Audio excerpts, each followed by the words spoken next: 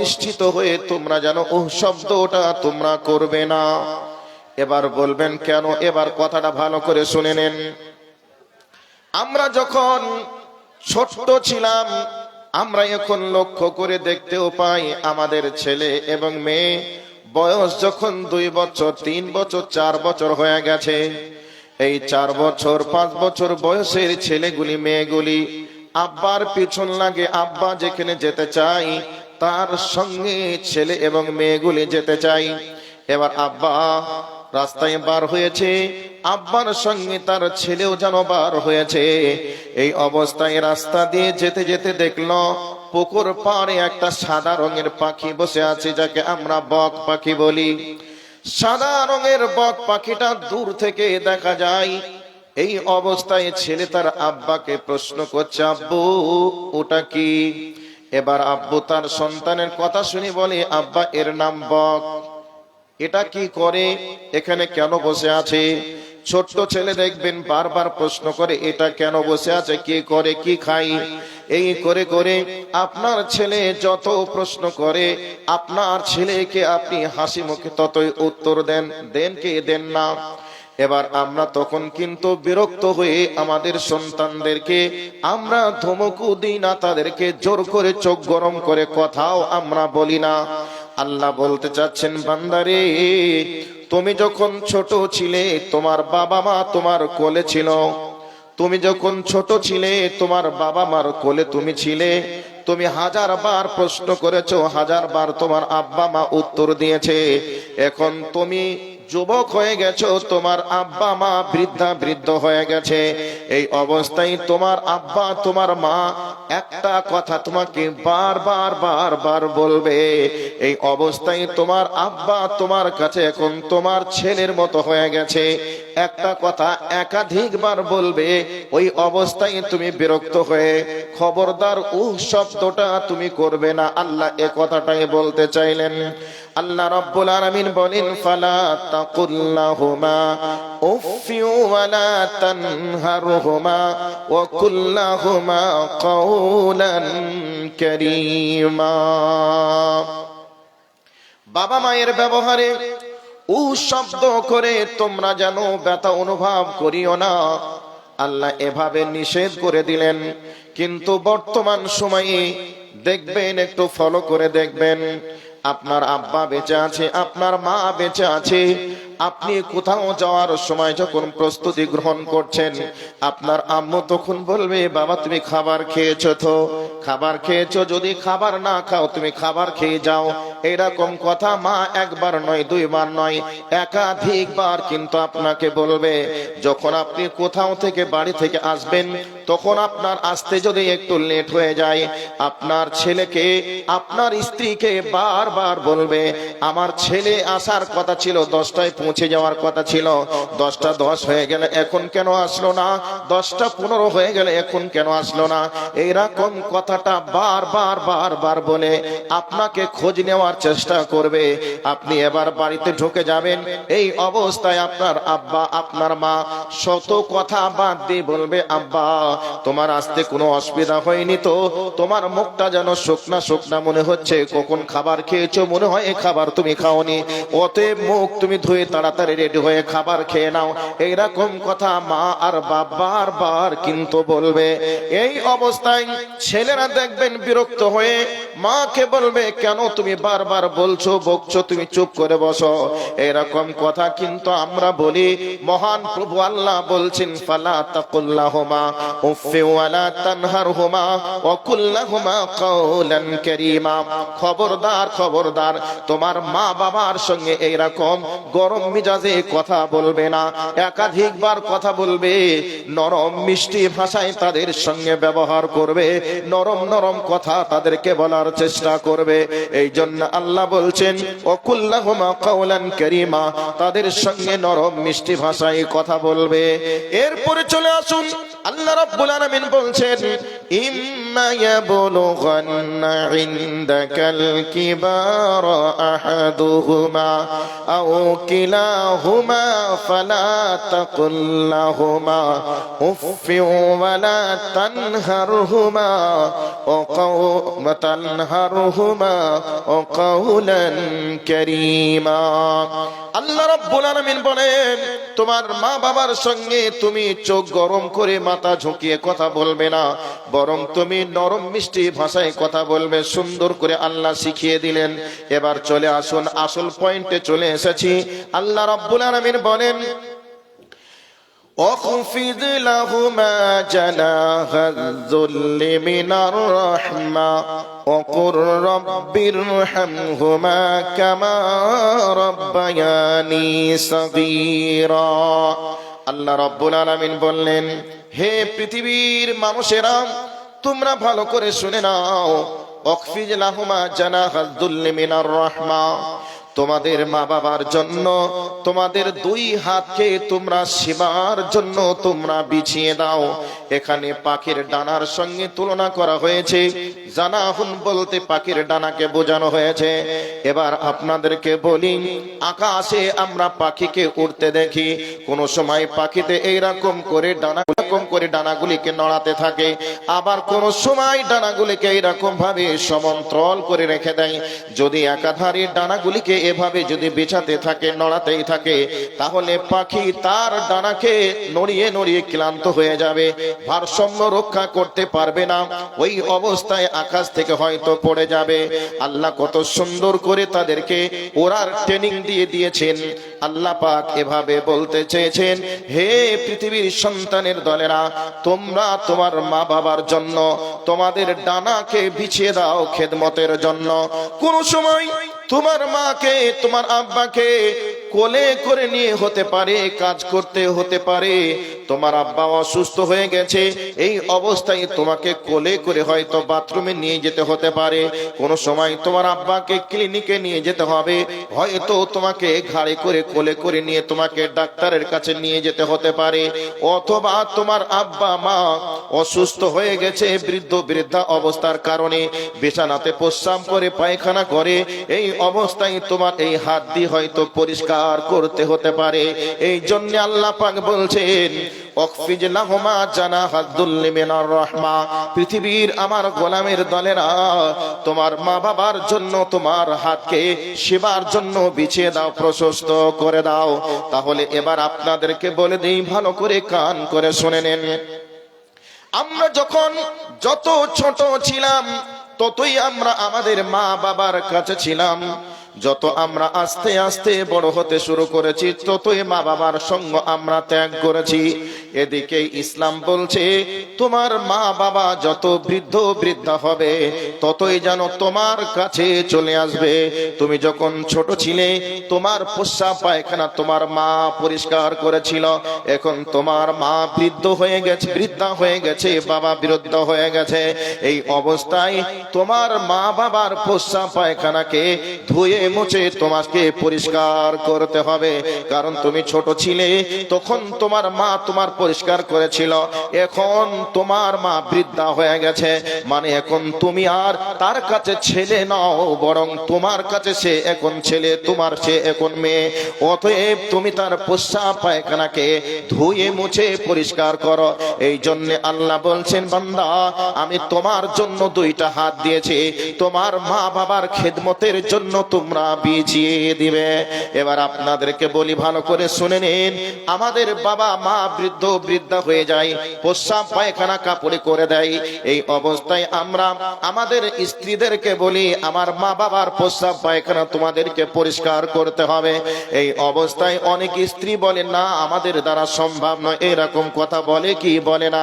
কিন্তু ভালো করে শুনে নেন, যদি আপনার স্ত্রী আপনার মা বাবার প্রস্রাব পায়খানাকে ধুয়ে মুছে পরিষ্কার করে, তাহলে জানবেন আল্লাহ পাকের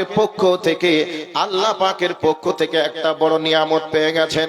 আর যদি সে বলে, না, আমি পরিষ্কার করতে পারবো না, তাকে জোর করে কিন্তু পরিষ্কার করিয়ে নিতে পারেন না। কারণ আপনার স্ত্রীর প্রস্রাব পায়খানা আপনার মা বাবা ছাপ করেনি, পরিষ্কার করেনি। অতএব আপনার মা বাবা আপনার প্রস্রাব পায়খানাকে পরিষ্কার করে ছোট্টবেলা থেকে আপনাকে লালন পালন করেছে, অতএব আপনি বাধ্য তার প্রস্রাব পায়খানাকে পরিষ্কার করতে। এবার বলবেন মাওলানা আমার বাবা, আমরা তো ছোট ছিলাম, ছোট ছেলে মেয়েদের প্রস্রাব পায়খানা আলাদা দুর্গন্ধ হয়, বৃদ্ধ বৃদ্ধা মানুষের প্রস্রাব পায়খানা আলাদা দুর্গন্ধ হয়, কিন্তু দুর্গন্ধ যতই হোক না কেন কিছু করার নেই, আপনাকে পরিষ্কার করা লাগবে। এবার আপনাকে বলি, যদি আপনি মনে করেন আমার স্ত্রী দিয়ে পরিষ্কার করব, তাহলে এবার আপনাকে সুন্দর একটা টিপস দিচ্ছি, ভালো করে শুনে নেন। আপনার মা আপনার আব্বা বৃদ্ধ বৃদ্ধা হয়ে গেছে, এই অবস্থায় আপনার আব্বা মার জামা কাপড়টা আপনি নিজের হাতে করে পরিষ্কার যদি না করে আপনি নিজেই করবেন। একদিন দুই দিন করতে করতে এই অবস্থায় দেখবেন আপনার স্ত্রীর বিবেকের চোখ খুলে যাবে, না না না, আমি সাথে আমার স্বামী যেন কাপড় কাচবে, পরিষ্কার করবে। এটা মানুষ যদি দেখে নাই তাহলে কি হতে পারে, মানুষ কি বা ভাববে। আপনার স্ত্রী যদি করতে চাই, আপনি আপনার স্ত্রীকে বারবার বলবেন, বিবি রে, আমার মা বাবা তোমার ছোট্টবেলায় পোষা, তোমার ছোট্টবেলায় জামা কাপড় কেচে পরিষ্কার করে দেয়নি, বরং আমার দিয়েছে, অতএব আমার ঋণটাকে শোধ করতে দাও, আমার বাবা মার খেদমত আমাকে করতে দাও। অতএব আপনি নিজে যখন পরিষ্কার করবেন, নিজেই একদিন দুই দিন পরিষ্কার করতে করতে আপনার স্ত্রী তখন দেখবে স্বামী আমার অফিসে গিয়েছে, স্বামী আমার মাঠে কর্ম করতে গিয়েছে, এখন বাড়ি আসবে ব্যবসা বিজনেস থেকে। এই অবস্থায় যদি তার পায়ের প্রস্রাব লাগা জামা কাপড় পরে থাকে, তাহলে সে নিজে পরিষ্কার করবে, তার কতই না কষ্ট হবে। অতএব আমার স্বামীর মনকে জয় করতে হবে, এই জন্য দেখবেন আপনার নিজের স্ত্রী নিজের জামা কাপড়গুলি কেচে পরিষ্কার করতে শুরু করে দিবে। ঠিক তেমনি ভাবে আপনার মা বাবা প্রস্রাব করেছে, পায়খানা করেছে, নোংরা করেছে, এই নোংরা করা জায়গাগুলিকে আপনি নিজে যখন পরিষ্কার করবেন, এই অবস্থায় দেখবেন আপনার স্ত্রী আপনার সঙ্গ দিয়ে পরিষ্কার করতে বাধ্য হবে। আর এবার আপনাকে বলছি, ভালো করে শুনে নেন, ওরে আমার আম্মুরে, আমার বোন রে, ভালো করে শুনে নেন। আপনি যদি এইরকম ভাবে পরিষ্কার করেন, আপনার ছেলে দেখবে, আপনার মেয়ে দেখবে আমার মা আমার দাদার প্রস্রাব মানে পায়খানাকে পরিষ্কার করছে, আমার বাবা মা পরিষ্কার করছে। এই রকম দৃশ্য স্বচক্ষে যখন দেখবে, তখন আপনার ছেলে এবং মেয়ে এখান থেকে একটা শিক্ষা নেবে যে আমার মা বাবা যেহেতু পরিষ্কার করছে, বৃদ্ধ বৃদ্ধা যখন আমার মা বাবা হয়ে যাবে, আমাদেরকেও কেচে ধুয়ে মুছে পরিষ্কার করতে হবে। আল্লাহ কত চমৎকার করে শিখিয়ে দিলেন, অখফিজ লাহুমা জানাহাজ যুল্লি মিনার রাহমা ওয়া কুর রাব্বিরহামহুমা কামা রাব্বায়ানি সগীরা। আল্লাহ পাক বলছেন, বান্দারে তোমরা তোমাদের হাত দুটোকে সেবার জন্য বিছিয়ে দিবে, যতদিন থাকবে ততদিন তাদের খেদমত করবে। শুধু তাই নয়, এরপরে আমার আল্লাহ শিখিয়ে দিলেন, তোমার মা বাবা যেদিন দুনিয়া ছেড়ে বিদায় নেবে, সেই দিন তোমাদের মা বাবার জন্য আমার কাছে দোয়া করবে, রব্বিরহামহুমা কামা রাব্বায়ানি সগীরা।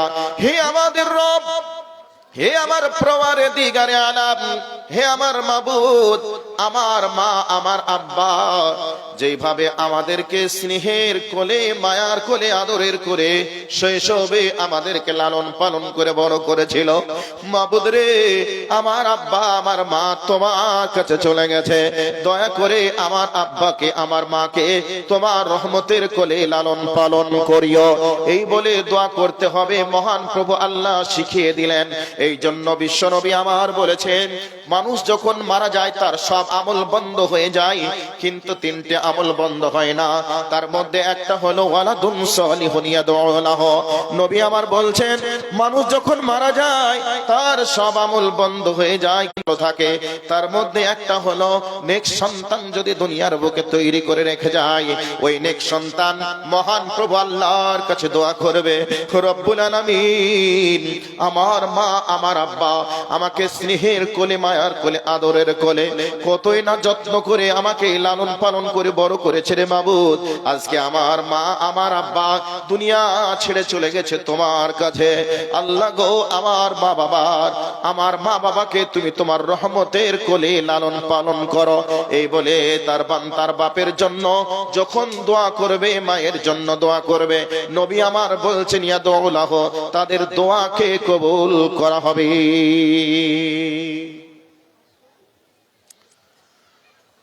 তাহলে সন্তান মানুষ করি, সন্তান মানুষ করে,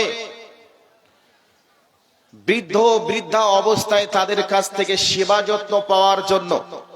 শুধু কি তাই, মরে যাবে, তাদের শেষ সমাধি করার পরে তার মা বাবার জন্য আল্লাহর কাছে হাত উঠিয়ে দোয়া করবে, মাবুদ আমার মা আমার আব্বা আমাদের কত যত্ন করে মানুষ করে আজকে দুনিয়া থেকে চলে গেল, আল্লাহ তুমি দয়া করে আমার মায়ের কবরটা তুমি জান্নাতের বাগান বানিয়ে দাও।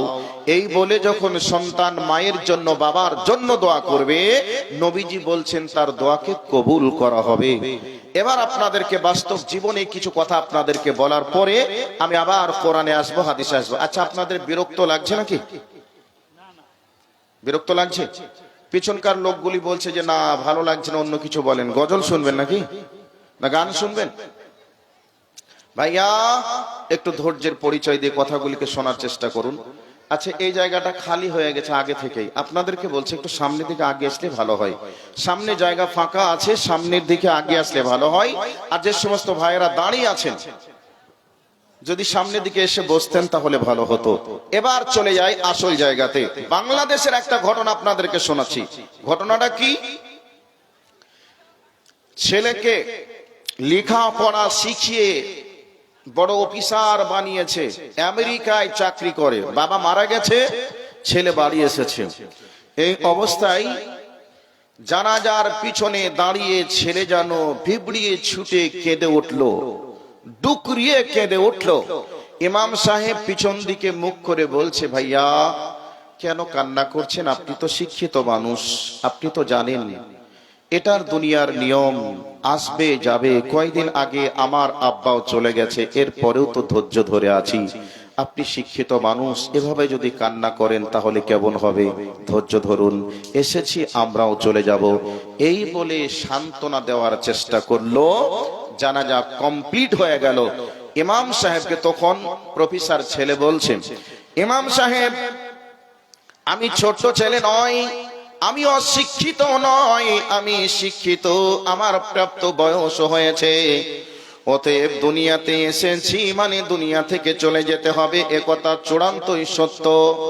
তবে আমার আব্বা মারা গেছে, এই জন্য আমি জানাজার নামাজের পিছনে দাঁড়িয়ে কাঁদিনি। কান্না করার পিছনে একটা যুক্তি আছে, একটা কারণ রয়েছে। এবার ইমাম সাহেব বলছে, বলেন সেই যুক্তিটা কি, সেই কারণটা কি, আপনি বলুন। এই অবস্থায় ইমাম সাহেবকে প্রফেসর ছেলে বলছেন, মাওলানা সাহেব আমার আব্বা আমাকে লেখাপড়া শিখিয়ে টাকা উপার্জন করা শিখিয়েছে, আমি টাকা উপার্জন করছি, কিন্তু আমার আব্বা আজকে দুনিয়া ছেড়ে চলে গেলেন। কিন্তু আমার আব্বার শেষ বিদায় কালে কি করে বিদায় জানাতে হয়, আমার আব্বাকে কি করে দুনিয়া থেকে বিদায় দেওয়ার সময় কি কি প্রয়োজন আছে, আমি প্রয়োজন সম্পর্কে জানি না। আমার আব্বার জন্য আজকে কি দোয়া করতে হয় সেটাও আমি জানি না। আজকে আপনার মতো একটা ইমামকে ভাড়া করে নিয়ে এসে আমার বাবার শেষ কাজ সম্পন্ন করার জন্য নিয়ে আসতে হয়েছে। অতএব এর থেকে দুঃখ আর কি হতে পারে? এই শিক্ষার কি আর দাম থাকতে পারে? যেই শিক্ষা নিজের বাপের মায়ের শেষ বিদায় কাজটা যদি সম্পন্ন না করতে পারে, ভাড়া করে নিয়ে এসে যদি করতে হয়, তাহলে এই শিক্ষার কি আর দাম আছে? এই শিক্ষার কি আর মান আছে? আমি এই ভাবনা চিন্তায় আজকে জানাজার নামাজের পিছনে দাঁড়িয়ে কেঁদেছি। অতএব সামনে যারা বসে আছেন প্রত্যেককেই বলবো, আমরা দুনিয়াতে এসেছি, আল্লাহর কাছে একদিন না একদিন চলেই যাব। অতএব আমরা দুনিয়ায় এসে টাকার পিছনে ছুটতে শুরু করলাম, দুনিয়ার মহাব্বতের পিছনে ছুটলাম, কিন্তু পরকালের ব্যাপারে চিন্তা করলাম না। মা বাবা হিসাবে আমরা মারা যাওয়ার পরে আমাদের ছেলে এবং মেয়েরা আমাদের জন্য দোয়া করবে, কবরের পাশে গিয়ে দাঁড়িয়ে কাঁদবে, মসজিদে দাঁড়িয়ে আল্লাহকে বলবে, কি বলবে, কি ভাষায় বললে আল্লাহ বুঝবে, এইরকম ট্রেনিং কিন্তু আমরা আমাদের সন্তানদেরকে দিতে পারলাম না, সন্তানদেরকে এরকম শিক্ষায় শিক্ষিত করতে পারলাম না। দয়ার নবী আমার বলছেন, ওরে আমার উম্মতের দলেরা, তোমরা তোমাদের সন্তানকে কোরআন এবং হাদিসের ট্রেনিং দিবে, শিক্ষা দিবে। এখন তোমার সন্তান তোমার জন্য দোয়া করবে, আল্লাহর দরবারে তোমার দোয়াটা কবুল হয়ে কারেন্টের মতো পৌঁছে যাবে। তোমার কবরে আযাব যদি হয়, আযাব মাফ হয়ে যাবে।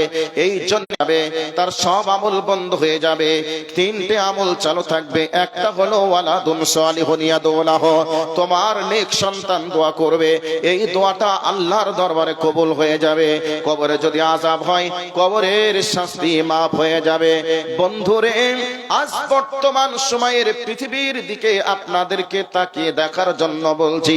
বর্তমান সময়ে আলেম ওলামারা দিন রাত মা বাবার সেবা যত্নের জন্য কোরআন থেকে হাদিস থেকে মানুষকে ইনফরমেশন দেয়, মেসেজ বারবার করে। এই জন্যে পৃথিবীতে কোনো মুসলমান নেই ব্যতিক্রম থাকতে পারে।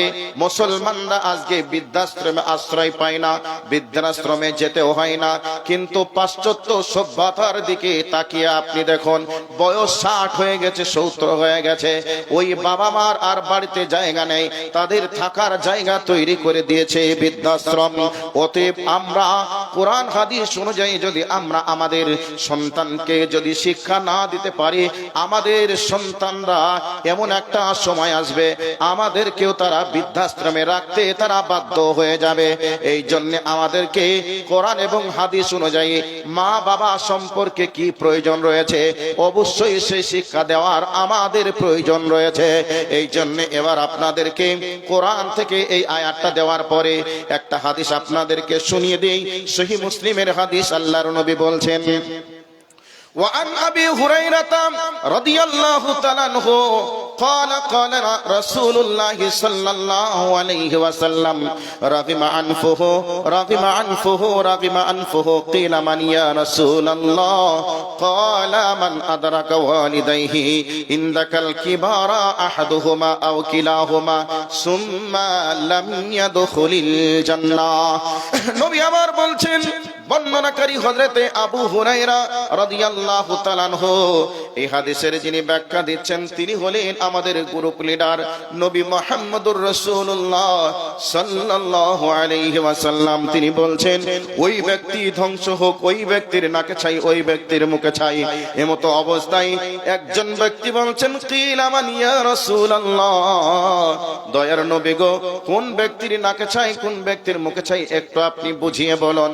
তখন নবীজি বলছেন, ক্বালা মান আদরাকা ওয়ালিদাইহি ইনদাকাল কিবারা আহাদুহুমা আও কিলাহুমা সুম্মা লাম ইয়াদখুলিল জান্নাহ। যেই ব্যক্তি তার মাকে তার বাবাকে পেল, অথচ তাদের খেদমত করে জান্নাতি মেহমান হতে পারলো না, এর থেকে হতভাগা আর কেউ থাকলো না। তাদের কপালে ছাই, তাদের নাকে ছাই, তাদের মুখে ছাই, একথা আল্লাহর নবী বললেন। অতএব মা বাবা বৃদ্ধ বৃদ্ধা অবস্থায় যাদের রয়েছে, এই ব্যক্তিগুলির এখন উচিত হবে প্রাণপণ তাদের খেদমত করে আল্লাহর আরশকে খুশি করা। আল্লাহর আরশ যদি খুশি হয়ে যায়, তাহলে জেনে রেখে দিবেন আপনার পৃথিবীতে কোনো কিছুর অভাব হবে না। এই জন্য নবী মুহাম্মদুর রাসূলুল্লাহ সাল্লাল্লাহু আলাইহি ওয়াসাল্লাম বলেছেন, মা বাবার সন্তুষ্টিতে স্বয়ং আল্লাহ সন্তুষ্ট, মা বাবার অসন্তুষ্টতে স্বয়ং আল্লাহ অসন্তুষ্ট। যদি আপনি আপনার মা বাবাকে সন্তুষ্ট করতে পারেন, তবে স্বয়ং আল্লাহ খুশি হয়ে যাবে, আল্লাহ রাজি হয়ে যাবে। আর আপনার মা বাবা যদি আপনার উপরে নারাজ হয়ে যায়, তাহলে জেনে রেখে দিবেন আপনার উপরে স্বয়ং আল্লাহ নারাজ হয়ে যাবে।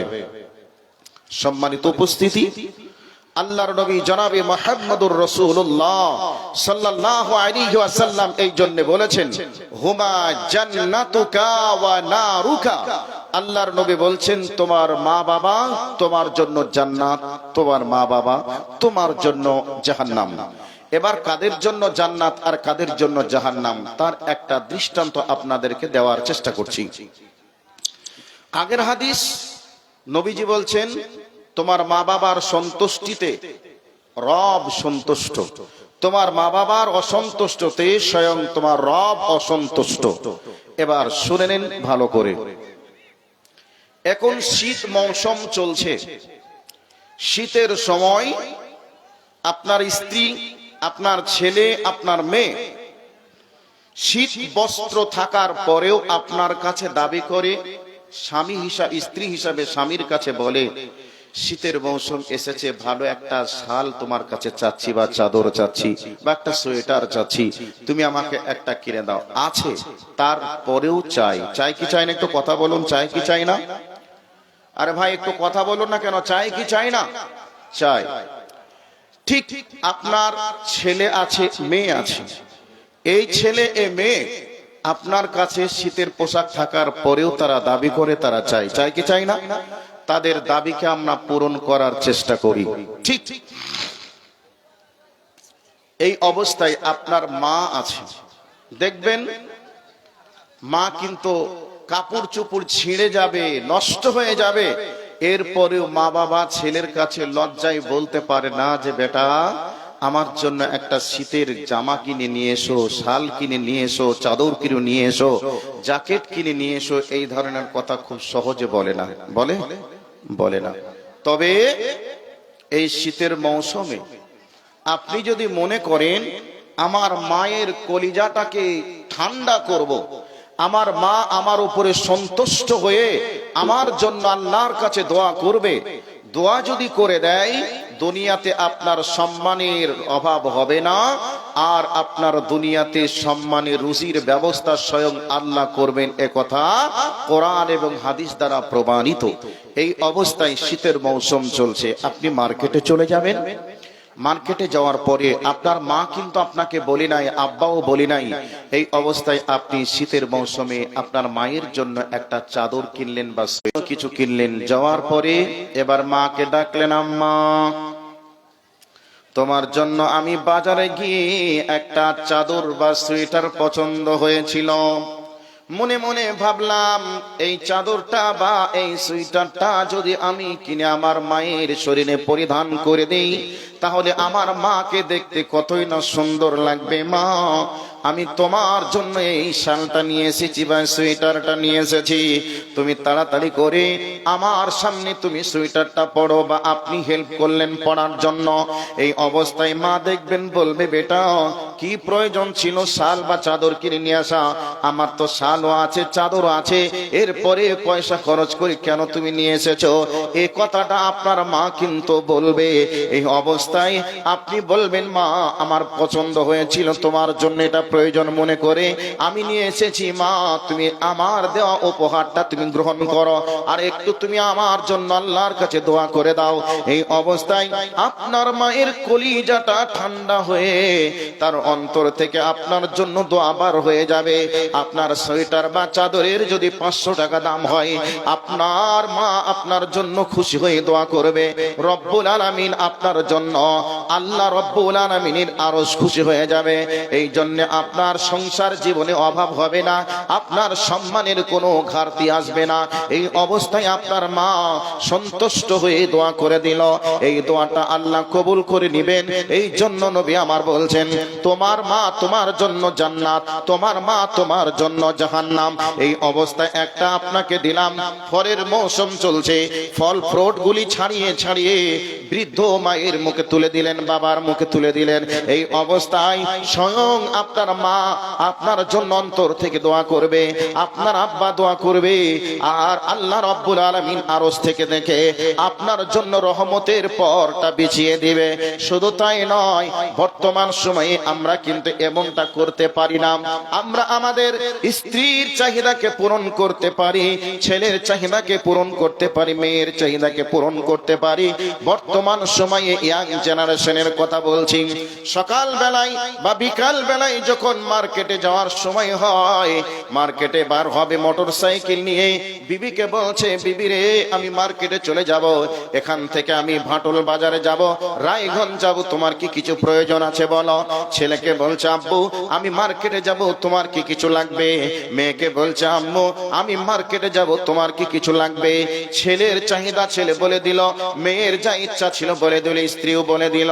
এই অবস্থায় জনম দুঃখিনী মা বাড়িতে বসে আছে, মনে মনে ভাবছে ছেলে আমার মার্কেটে যাচ্ছে, আমার জন্য নিশ্চয়ই জিজ্ঞাসা করবে, মা তোমার কি কিচ্ছু লাগবে। এইরকম ভাবনা চিন্তাই জনম দুঃখিনী মা যেন বসে আছে। এই অবস্থায় ছেলে যখন জিজ্ঞাসা করলো না, মা তখন না থাকতে পেরে বলছে, বেটা রে তুমি কি রায়গঞ্জ যাচ্ছ। ছেলে বলছে, হ্যাঁ মা আমি রায়গঞ্জ যাচ্ছি। এই অবস্থায় মা বলছে, বেটা মাজার হাড়ে যন্ত্রণায় এত কটকট করে কামড় দিয়েছে, আমি আর যন্ত্রণা সহ্য করতে পারছি না, বেটা তুমি আমার জন্য যন্ত্রণা 2টা ট্যাবলেট নিয়ে আসবে। ছেলে এবার হাসপাতালে, ছেলে আমার রায়গঞ্জ চলে গেল। এদিকে ছেলের জন্য, মেয়ের জন্য, বিবির জন্য মার্কেটে যা যা প্রয়োজন ছিল সব প্রয়োজন পূরণ করলো, যাদের প্রয়োজন ছিল না তাদের জন্য অতিরিক্ত নিয়ে আসলো। এদিকে জনম দুঃখিনী মা বাড়িতে বসে আছে, ছেলে আমার মার্কেট থেকে ফিরবে, আমাকে ট্যাবলেট দেবে, যন্ত্রণা কমবে, রাতে হয়তো আর আমি একটু ঘুমাতে পারবো।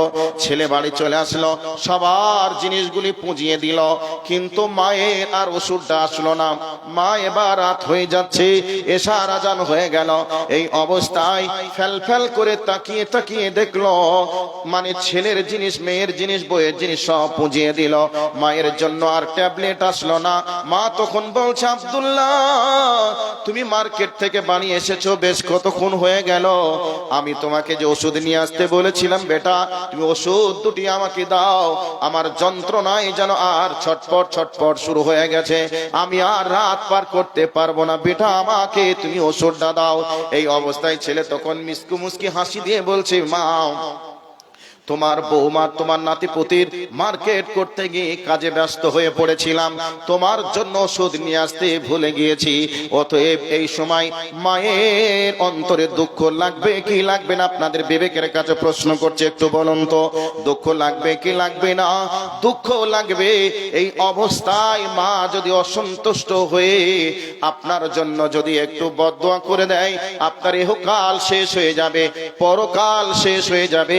এই অবস্থায় জনম দুঃখিনী মা তখন বলছে, বেটা রে আমি ছিলাম বলে আজকে তুমি তোমার বউ পেয়েছো, তোমার ছেলে পেয়েছো, কিন্তু যার জন্য তুমি দুনিয়া দেখলে, ছেলে পেলে, বউ পেলে, মেয়ে পেলে, কিন্তু তুমি তার কথাকেই ভুলে গেলে।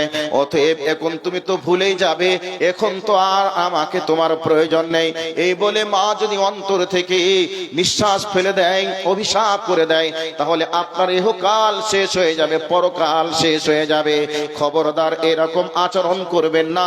মা বাবা থাকাকালীন অবস্থায় মা বাবার যত্ন আপনাকে আমাকে নিতে হবে।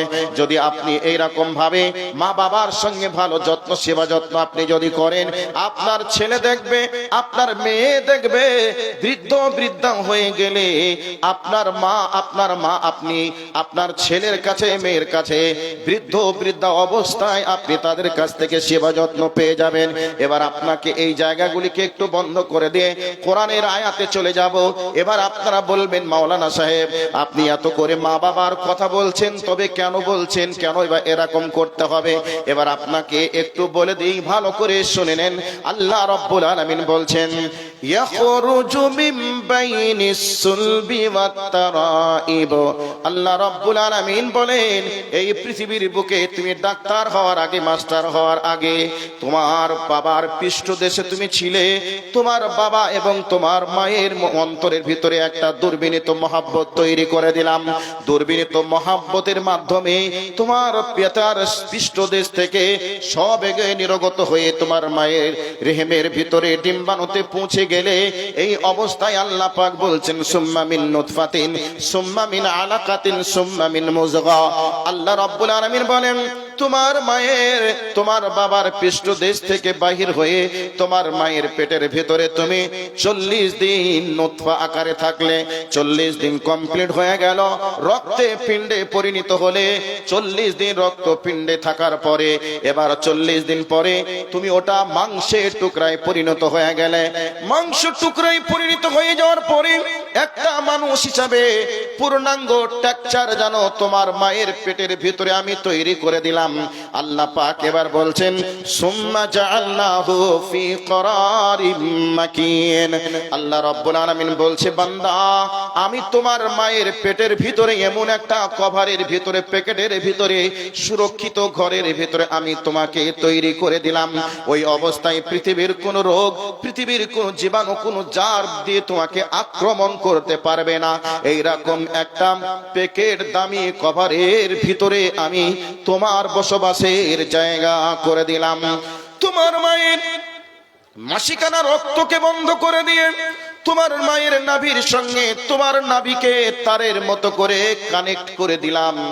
তোমার মুখটাকে আমি পবিত্র রেখে তোমার মায়ের মাসিকানা রক্ত খেয়ে খেয়ে তোমাকে তিলে তিলে বড় করতে শুরু করে দিলাম। পৃথিবীর কোন মানুষ, পৃথিবীর কোন গভর্নমেন্ট তুমি তোমার মায়ের পেটের ভিতরে কি খাবে কেউ যখন চিন্তা করলো না, কেউ যখন ভাবলো না, চিন্তা করেও কারো কিছু করার ছিল না, ভাবনা চিন্তা করার থাকলেও কিছু করার ছিল না। ওই অবস্থায় আমি আল্লাহ তোমার মায়ের পেটের ভিতরে আমি তোমাকে তিলে তিলে তিলে তিলে বড় করতে শুরু করে দিলাম। এই অবস্থায় তুমি যত বড় হও তত জানো তোমার মা কষ্ট পায়। তুমি এদিকে বড় হতে শুরু করেছ, তোমার মা যেন কষ্ট পেতে শুরু করে দিয়েছে। একদিন 2 দিন করে করে যত তুমি বড় হও তত তোমার মায়ের কষ্ট বেড়ে যায়। তোমার মা সারাদিন কাজ কামে সংসারের রান্না বান্নার কাজে ব্যস্ত হয়ে পড়ার পরে এক পেট ক্ষুধা নিয়ে বাড়ির সকলকে খাবার যেন রেডি করে দিয়েছে, জনম দুঃখিনী মা খেতে বসেছে। এই অবস্থায় তুমি পেটের ভিতরে লাথি মেরেছো, গুতা মেরেছো। এই অবস্থায় মা খেতে না পেরে খাবারের প্লেটটা সামনের দিকে আগিয়ে দিয়েছে। একবার দেওয়ালে টেক লেগেছে, একবার কাত হয়ে বসেছে, একবার শুয়ে পড়েছে। এই অবস্থায় তোমার মা না খেতে পেয়ে পেয়ে তোমার মায়ের মুখটা যেন ছোট্ট হয়ে যায়, হলুদ বর্ণ হয়ে যায়। এই করে করে করে করে তুমি যত দিন দুনিয়ার বুকে আসার সময় হচ্ছে তত তোমার মাকে তুমি লাথি মারছো, গুতা মারছো, তোমার মাকে তুমি কষ্ট দিচ্ছ। এই অবস্থায় তোমার মা মনে মনে ভাবে এ যন্ত্রণা পৃথিবী আর বাঁচার যন্ত্রণা নয়। রাত পার হয় না, দিন পার হয় না, বসেও শান্তি পায় না, শুয়েও শান্তি পায় না, হাঁটা চলা করেও শান্তি পায় না। এই অবস্থায় তোমার মা মনে করে নিয়েছে এটা আর বেঁচে থাকার যন্ত্রণা নয়, এটা পৃথিবীর শেষ বিদায়ের যন্ত্রণা শুরু হয়ে গেছে। এই করে করে যখন তোমাকে আমি আল্লাহ দুনিয়ার বুকে পাঠানোর জন্য যখন সিদ্ধান্ত গ্রহণ করেছি, তোমার মায়ের পেটের ভিতরে 32টা নারী নিংড়ানো যন্ত্রণা ব্যথা শুরু হয়ে গেছে। তোমার মা এবার ভেবে নিয়েছে আমি আর বাঁচব না। বাড়ির সবাইকে বিদায় জানিয়েছে, তোমার বাবাকেও বিদায় জানিয়ে দিয়েছে, ক্লিনিকে ভর্তি হয়ে গেল। এই অবস্থায় নারী নিংড়ানো যন্ত্রণা ব্যথা শুরু হয়ে গেছে। তোমার মা এবার যুদ্ধের ময়দানের মতো রক্তেই রক্তিত হয়ে গেছে। তোমার এই জন্ম দিতে গিয়ে তোমার মা একবারে নিস্তেজ হয়ে গেছে, চলতে পারে না, চলার মতো ক্যাপাসিটিও নেই। এবার মেয়েরা বলবেন মাওলানা যেভাবে আপনি বলছেন এইভাবে তো আমরা কষ্ট অনুভব করি না, মনে হচ্ছে যেন আমাদের বাচ্চা হয় আর কষ্টটা যেন আপনারই হয়েছে, এমনটা বলতে পারেন। মা রে, বোন রে, ভালো করে শুনে নিন, আমার রব তিনি কত বড় বৈজ্ঞানিক, কত বড় কুদরতের মালিক। তিনি বলছেন যখন জন্ম হয় একটা বাচ্চা, আর এই অবস্থায় বাচ্চাটা যখন ট্যাঁ করে কেঁদে উঠে, এই অবস্থায় আল্লাহ তার মাকে ডেকে বলে ওরে মা রে, তুই এত কষ্ট দিয়ে তুই যে সোনা মানিকের জন্ম দিয়েছিস, একবার তুই তার দিকে তাকিয়ে দেখ। তাকিয়ে যখন বাচ্চার মুখের দিকে তাকায়, জনম দুঃখিনী মা, এই অবস্থায় তার 32টা নাড়ি নিংড়ানো, যন্ত্রণাকে ব্যথাকে ভুলে গিয়ে বাচ্চাকে কোলে নিয়ে আদর করে চুম্মা দেওয়ার চেষ্টা করে। আল্লাহ বলছে, বান্দা, এই অবস্থায় যদি সন্তানের সঙ্গে তোর যদি দরবিনীত মহাব্বত তৈরি করে না দিতাম, তাহলে তোর সন্তানটা মানুষ হতো না এবং তুই চলাচল করতে পারতিস না। বিজ্ঞানীরা বলেছেন, একটা মানুষের 32টা হাড় যদি ভেঙে দেওয়া হয়, সেই 32টা হাড় ভেঙে গেলে একটা মানুষ কি চলাচল করতে পারবে, নড়াচড়া করতে পারবে? কথা বলুন, পারবে? পারবে না। চলাচল গতি হারিয়ে যায়, নিস্তেজ হয়ে যায়। ঠিক একটা মা যখন বাচ্চাকে জন্ম দেয়, 32টা নাড়ি নিংড়ানো, যন্ত্রণা ব্যথা বেদনা নিয়ে একটা বাচ্চাকে জন্ম দেয়। তবে হাড় ভেঙে গেলে চলাচল করতে পারে না। মেয়েদেরকেও আল্লাহ যদি এই মহাব্বতটা না দিতেন, তাহলে মেয়েরাও চলাচল করতে পারতো না। আল্লাহ তাকে বাচ্চাকে মানুষ করবে, তার দ্বারায় খেদমত নিয়ে, এই জন্য অন্তরের ভিতরে একটা দুর্বিনীত মহাব্বত তৈরি করে আল্লাহ রাব্বুল আলামিন দিয়েছে বলে ব্যথা বেদনাকে ভুলে গিয়ে সন্তানকে আদর যত্নে চুমা দেওয়ার জন্য ব্যস্ত হয়ে পড়ে। ওই দিককে লক্ষ্য করে আল্লাহ পাক এবার বলছেন, হাল আতা আলাল ইনসানি হিনুম মিনাদ দাহরি লাম ইয়াকুন শাইয়াম মাযকুরা। আল্লাহ রাব্বুল আলামিন বলেন, হে পৃথিবীর মানুষ, তোমাদের জীবনে কি এইরকম সময় আসে নাই যখন তোমাকে কেউ চিনতো না, ডাকতো না, তোমাকে কেউ চিনতো না, জানতো না, উল্লেখযোগ্য বিষয় হিসাবে তোমার পরিচয় ছিল না। তুমি প্রস্রাব পায়খানার ভিতরে পড়ে পড়ে তুমি ট্যা ট্যা করে কেঁদেছিলে, এছাড়া তোমার কোনো ভাষা ছিল না। অতএব আমি আল্লাহ তোমার মা বাবার মাধ্যমে তোমাকে আমি এ দুনিয়ার মুখ দেখিয়েছি, তোমাকে ডাক্তার বানিয়েছি, মাস্টার বানিয়েছি। খবরদার এইরকম মা বাবার সঙ্গে অসৎ ব্যবহার করবে না। আল্লাহ রাব্বুল আলামিন তারপরে বলছেন, ওয়া ওয়াসাইনাল ইনসানা বিওয়ালিদাইহি হামালাতুহু ওয়াহানান আলা ওয়াহান। আল্লাহ রাব্বুল আলামিন এতগুলো কথা বলার পরে তিনি বলছেন, হে পৃথিবীর মানুষেরা, আমি তোমাদের জন্য ওয়াসাইনাল ইনসানা বিওয়ালিদাইহি, আমি আল্লাহ তোমাদের জন্য ওসিয়ত করে দিলাম, খবরদার তোমার মা বাবা তোমাদেরকে কষ্টের পর কষ্ট সহ্য করে তোমাদেরকে লালন পালন করেছে, তোমাদেরকে বড় বানিয়েছে, ডাক্তার বানিয়েছে, মাস্টার বানিয়েছে, কৃষক বানিয়েছে, আলেম বানিয়েছে, হাফেজ বানিয়েছে, বক্তা বানিয়েছে। খবরদার এইরকম মা বাবার সঙ্গে তোমরা অসৎ ব্যবহার করবে না। আল্লাহ কোরআনে সুন্দর করে বুঝিয়ে দিলেন।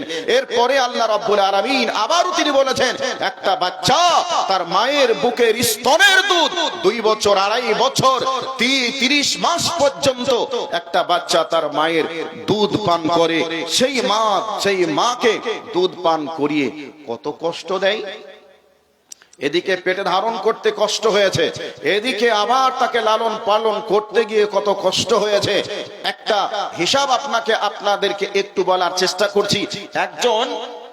একজন ব্যক্তি তার মাকে হজ পালন করালেন, ঘাড়ে করে নিয়ে হজ কমপ্লিট করানোর পরে ছেলে হিসাবে মায়ের যতটা করার প্রয়োজন টোটাল করে দেখালেন। দেখানোর পরে মাকে একদিন বলছে, মা তুমি যে আমার জন্য যে মেহনত করেছো, ওই মেহনতের ঋণ কি আমি পরিশোধ করতে পেরেছি?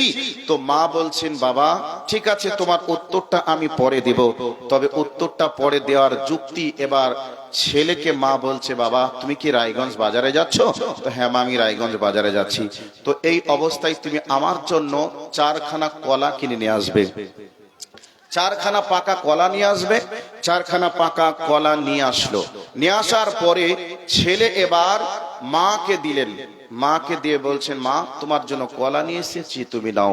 ছেলেকে মা বলছেন, বেটা কলাটা তুমি আগামীকাল সকালে আমাকে দিবে। তোমার এই কলাটা তুমি তোমার বুকের উপরে রাখবে। আগামীকাল সকাল বেলায় আমি তোমার কাছ থেকে যখন কলাটা চাইবো তুমি তখন আমাকে কলাগুলো দিবে।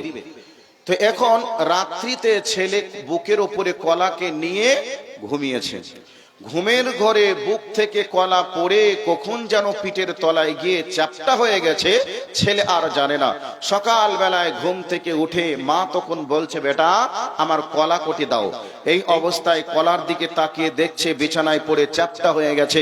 ছেলে তখন লজ্জায় বলছে, আম্মু আমাকে কলাটা বুকের উপরে রাখতে বলেছিলেন, তবে ঘুমের ঘরে কলাটা কখন যেন পড়ে গিয়ে চ্যাপ্টা হয়ে গেছে, বুঝতে পারিনি মা, আমি তোমার জন্য আবার কলা আমি নিয়ে এসে দিব।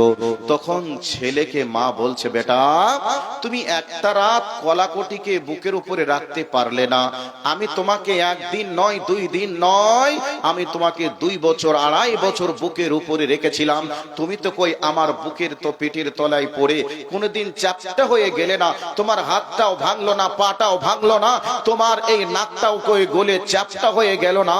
বেটা তুমি একটা রাতে যদি কলাটাকে না আগলিয়ে রাখতে পারো, তোমাকে আমি 3টা বছর কি করে আগলিয়ে রেখেছিলাম, তুমি কি কল্পনা করতে পেরেছো? আসলেই তুমি যখন এই কলার থেকেও নরম ছিলে, তখন তোমাকে আমি কোলের উপরে রেখেছিলাম, কখনো বুকের উপরে রেখেছিলাম, কখনো সাইডে রেখেছিলাম, কখনো তুমি প্রস্রাব করে দিয়েছো, ওই ভিজা জায়গাতে আমি ঘুমিয়েছিলাম, 2 দিকে প্রস্রাব করে ভিজিয়েছো। এই অবস্থায় তোমার ঠান্ডা লাগবে, এই জন্য আমি তোমার ভিজা জায়গায় ঘুমিয়েছিলাম, আর আমি তোমাকে বুকের উপরে রেখেছিলাম। বেটা তুমি কি আমার ঋণকে পরিশোধ করতে পারবে? এটা কি মনে হয় পৃথিবী বিক্রি করে দিলেও একটা মায়ের ঋণকে কোনো সন্তান পরিশোধ করতে পারবে না? এমন কি নবীজি বলেছেন, কোন সন্তান যদি তার নিজের শরীরের চামড়াকে কেটে জুতা বানিয়ে দেয়, তবু তার মায়ের জুতা বানিয়ে দেওয়ার পরে তার মায়ের ঋণকে পরিশোধ করা সম্ভব নয়। কিন্তু আজকে মায়ের কথাকে ভুলে যায়, বাবার কথাকে ভুলে যায়। যেই বাবা অক্লান্ত পরিশ্রম করে নিজের জন্য কোনোদিন শখ করার সময় পায়নি, নিজের পায়ে ছিঁড়া জুতা, নিজের শরীরে ছিঁড়া কাপড় পোশাক পরে, আর নিজের ছেলেকে ভালো সুন্দর সাজিয়ে মানুষের কাছে ভালো দেখানোর জন্য নিজে না খেয়ে না পরে সন্তানকে সমস্ত কিছুকে উজাড় করে দেয়। আজ বর্তমান সময়ে মায়ের কথাকে ভুলে যায়, বাবার কথাকে ভুলে যায়। আজকে মা বাবার উপরে অত্যাচার করে, আজকে মা বাবাকে এমনকি গলা ধাক্কা দিয়ে বর্তমান সময়ে বাড়ি থেকেও বাহিরও করে দেয়। এরকম অনেক জায়গায় আমাদের রিপোর্টটা আমরা শুনতে পাই। কথাগুলি আমি বাস্তব বললাম না অবাস্তব বললাম, একটু বলুন তো বাবাজি, ঠিক বললাম না ভুল বললাম? আচ্ছা ভাই, আমি এতক্ষণ ধরে কোরআন এবং হাদিস থেকে কথা বলছি। আচ্ছা, তো কোরআন এবং হাদিস থেকে কথা বলছি। এই কোরআন এবং হাদিসকে শোনার পরেও যারা চলে যাচ্ছেন, তারা কি শুনতে চান? কি শুনতে চান? আমি আপনাদেরকে চমৎকার ভাবে কোরআন এবং হাদিস থেকে বলার চেষ্টা করছি, এর পরেও বলবো, ধৈর্যের পরিচয় দিয়ে একটু কথাগুলিকে শুনুন। অনেকের আব্বা চলে গেছে, অনেকের মা চলে গেছে। আজকে সেই মায়ের মুখটা কি মনে পড়ে না? যেই মা আমার কান্না মুখে শতবার চুম্মা দিয়ে আমার মুখে হাসি ফুটিয়েছিলেন, যেই আব্বা অক্লান্ত পরিশ্রমের বিনিময়ে আমাকে ডাক্তার করেছে, মাস্টার বানিয়েছে, আমাকে একজন কৃষক বানিয়েছে, সেই আব্বার কথা কি মনে পড়ে না? অবশ্যই মনে পড়ার প্রয়োজন আছে। আপনার আব্বা আপনার বাড়ি থেকে এই 500 মিটার দূরে শুয়ে আছে, আপনার আব্বা শুয়ে আছে, আপনার মা শুয়ে আছে, কি অবস্থায় আছে আপনি কি একবার মনে করতে পারেন না?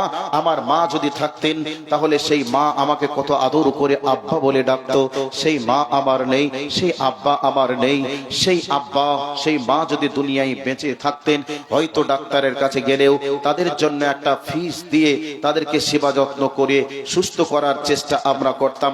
সম্মানিত উপস্থিতি যারা বসে আছেন, আপনাদের উদ্দেশ্যে বলছি, আমার মা বোনেরা যারা আছেন সবার উদ্দেশ্যে বলছি, আল্লাহর নবীর একটা হাদিস আপনাদেরকে শোনাই। আল্লাহর নবী বলেছেন, মানুষ মারা গেছে, তবে কার কবরে কি হচ্ছে আমরা জানি না, কিন্তু আল্লাহ তো জানেন। যদি আমরা মনে করি আমার আব্বার কবরে আযাব হচ্ছে, মায়ের কবরে আযাব হচ্ছে, তার আযাবটা বন্ধ হোক।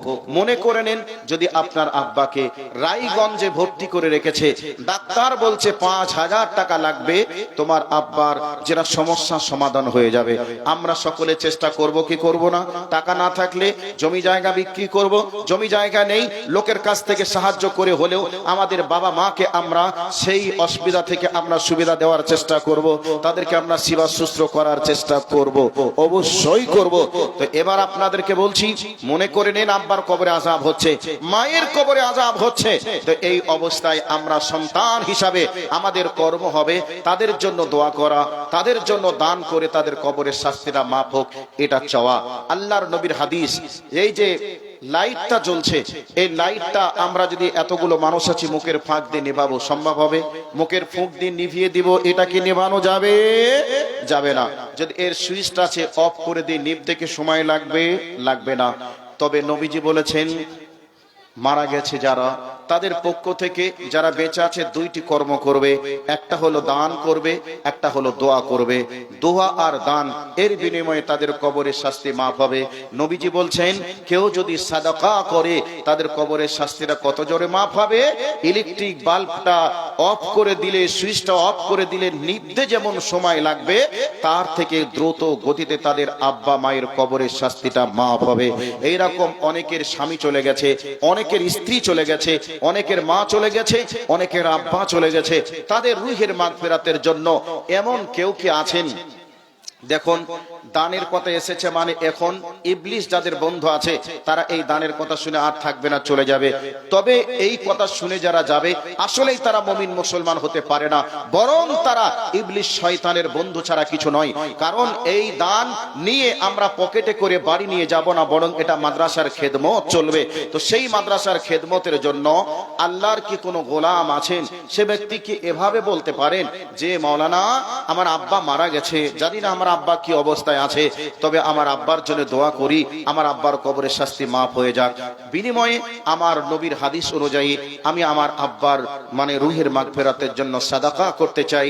তবে আমরা খেটে খাওয়া মানুষ, চাকরিজীবী নয়, আমরা যেমন পারবো তেমনই দিব। সেই রকম নিয়াত করার জন্য একজনকে দেখতে চাই, একজন বলবেন আমি 5,000 টাকা দিব মায়ের জন্য, বাবার জন্য। বলবেন মাওলানা আমার আব্বা চলে গেছে, তার রুহের মাগফিরাতের জন্য 5,000 টাকা দিব। আরেকজন বলবেন আমার মা চলে গেছে, জনম দুঃখিনী মা, সেই মা আমার দুনিয়াতে নেই, সেই মা আমাকে খেয়ে না খেয়ে লেখাপড়া করিয়ে আজকে মাস্টার বানিয়েছে, ডাক্তার বানিয়েছে, কৃষক বানিয়েছে, সেই মায়ের জন্য আমি 5,000 টাকা দিব। এমন কোন যোগ্য মায়ের যোগ্য পিতার সন্তান আছেন? দেখি একটু 5,000 টাকা দুইজন দিবেন, আল্লাহর কাছে তার জন্য দোয়া করব। তারপরে আর একজনকে বলবো 2,000 টাকা, যার স্ত্রী চলে গেছে, একই বালিশের তলে মাথা লাগিয়ে ঘুমাতেন লেপের তলে, আজকে আপনার স্ত্রী কবরে, আপনার স্বামী কবরে। একজন বোন আমার কি বলবেন যে আমার কাছে 2,000 টাকা নেই, তবে আমি 2 মাসের টাকা লক্ষ্মীর ভান্ডার থেকে তুলে আমি 2 মাস পরে আমি দিয়ে দিব। 2,000 টাকা স্বামীর জন্য দিবেন, একজন স্ত্রীর জন্য দিবেন যে আমার স্ত্রী বেঁচে নেই, একই বালিশের তলে মাথা লেগে ঘুমাতাম, কিন্তু স্ত্রী আমার নেই, আমি 2,000 টাকা আমার স্ত্রীর রুহের মাগফিরাতের জন্য দিব। কি নাম আপনার? আব্দুল কুদ্দুস, মাশাআল্লাহ, নারে তাকবীর। আব্দুল কুদ্দুস সাহেব উনি ওনার বাপকে হারিয়েছেন, ওনার বাবার রুহের মাগফিরাতের জন্য 5,000 টাকা দিবেন, 1,000 নগদ, 4,000 বাকি ইনশাআল্লাহ উনি দিয়ে দিবেন। এটা আল্লাহর কাছে আশা, ওনার কাছেও আশা রাখি। আব্দুল কুদ্দুস সাহেব ওনার বাবার রুহের মাগফিরাতের জন্য 5,000 টাকার ওয়াদা করেছেন। আল্লাহ তোমার কাছে দোয়া রাখি, ওনার আব্বার সংকীর্ণ কবরকে প্রশস্ত করে দাও, অন্ধকার কবরকে আলোকিত করে দাও। আয় আল্লাহ ওনাকেও তুমি দ্বীনের জন্য তুমি কবুল করে নাও, 5 ওয়াক্তের নামাজি তুমি বানিয়ে নাও, আমিন, আল্লাহুম্মা আমিন। মাও ইন্তেকাল করেছেন, ওনার আব্বা মায়ের পক্ষ থেকে 5,000 টাকা দিয়েছেন, আমিন। আল্লাহ তোমার বান্দার দানকে কবুল করে। কি নাম বাবু? তোমার দাদু দাদির জন্য দিল, কে দিল? তোমার আব্বা। তোমার আব্বার নাম কি? নজরুল ইসলাম। নজরুল ইসলাম মা বাবার জন্য 5,000 আছে মনে হয়। নজরুল ইসলাম মা বাবা রুহের মাগফিরাতের জন্য 5,000 টাকা নগদ দিয়েছে। আল্লাহ, তোমার বান্দা বান্দি দুনিয়া ছেড়ে চলে গেছে, তার সন্তান আজ দুনিয়াতে বেঁচে আছে। তোমার বান্দা তোমার কাছে চলে গেছে, তার সন্তান তোমার কাছে 5,000 টাকা দিয়েছে নবীর মাদ্রাসার খেদমতের জন্য। আল্লাহ, তার মা বাবার কবরটা তুমি জান্নাতের বাগান বানিয়ে দাও, সংকীর্ণ কবরকে তুমি প্রশস্ত করে দাও, অন্ধকার কবরটাকে তুমি আলোকিত করে দাও। জাযাকাল্লাহু খাইরান জাযা ফিদ দুনিয়া ওয়াল আখিরা। আল্লাহুম্মা সাল্লি আলাইহি, আল্লাহুম্মা বারিক আলাইহি। হে রব, তোমার বান্দার দানকে তুমি সাদরে মঞ্জুর করো। সাথে সাথে তার আত্মীয় স্বজন যারা নীরব নগরের মাটিতে চলে গেছে, সবার কবরের শাস্তিকে তুমি maaf করে দাও, বলি আমিন। তাহলে দুইজন হলো, একজন আব্দুল কুদ্দুস সাহেব আর একজন নজরুল সাহেব। দুইজন বাবা মায়ের পক্ষ থেকে 5,000-10,000 টাকা দিয়েছেন। আর কারো কি বাবা মা বেঁচে, বাবা মা মানে মারা যায়নি? সবারই মা বাবা বেঁচে আছে। যদি বেঁচে থাকে, সবার মা বাবার জন্য দোয়া করি, আল্লাহ সবার মা বাবার হায়াতকে তুমি দারাজ করো। আয় আল্লাহ, সবার মা বাবাকে তুমি শিফায়ে কামিল আজিলা দান করো। এবার যাদের স্ত্রী চলে গেছে, স্ত্রী রুহের মাগফিরাতের জন্য কেউ কে আছেন? বলবেন, আমার প্রিয়তমা বেগম, আমার স্ত্রী, একই বালিশে মাথা লাগিয়ে ঘুমাতাম, আমার স্ত্রী আমাকে ছেড়ে চলে গেছে, আমার স্ত্রী রুহের মাগফিরাতের জন্য 2,000 টাকা দেব। অনেক মা আছেন, অনেক বোন আছেন, এই বয়সে বিধবার সাজসজ্জা গ্রহণ করে বসে আছেন। কাজেই আপনিও একটু দাবি করুন যে আমার স্বামী চলে গেছে আমাকে রেখে, আমি এখন বিধবার সাজসজ্জা গ্রহণ করে আছি, আমি 2,000 না পারলে আমি 1,000 টাকা আমার স্বামীর রুহের মাগফিরাতের জন্য দিব। আপনার স্বামীর কবরের শাস্তি মাফ হবে। এই দিকে লক্ষ্য রেখে কেউ কে আছেন? দেখি কে আছেন, একটু দেওয়ার মতো কে আছেন একটু দেখি। ভাইয়া, মাদ্রাসার খেদমতের জন্য দিবেন, মাদ্রাসার জন্য দিবেন। এই দান আপনার বিফলে যাবে না, নষ্ট হবে না। এই দান আপনাকে একদিন কবরের শাস্তি থেকে মাফ করে জান্নাতি মেহমান বানিয়ে দিবে। এই দান আপনাকে জান্নাত পর্যন্ত পৌঁছে দিবে। সেই জন্য কে আছেন আল্লাহর বান্দা, এই মাদ্রাসার জন্য মুক্ত হস্তে 1,000, 2,000, 5,000 করে দুইজনের কাছে চেয়েছিলাম, আলহামদুলিল্লাহ দুইজন দিয়ে দিয়েছে।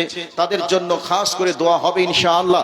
সেই জন্য কে আছেন একটু মেহেরবানি করে, 2,000 টাকা চেয়েছি, 5,000 টাকা এসে গেছে, 2,000 টাকা চেয়েছি, 2,000 টাকা দেওয়ার মতো অনেক মানুষ আছেন, আল্লাহর হস্তে একটু দিয়ে দেন।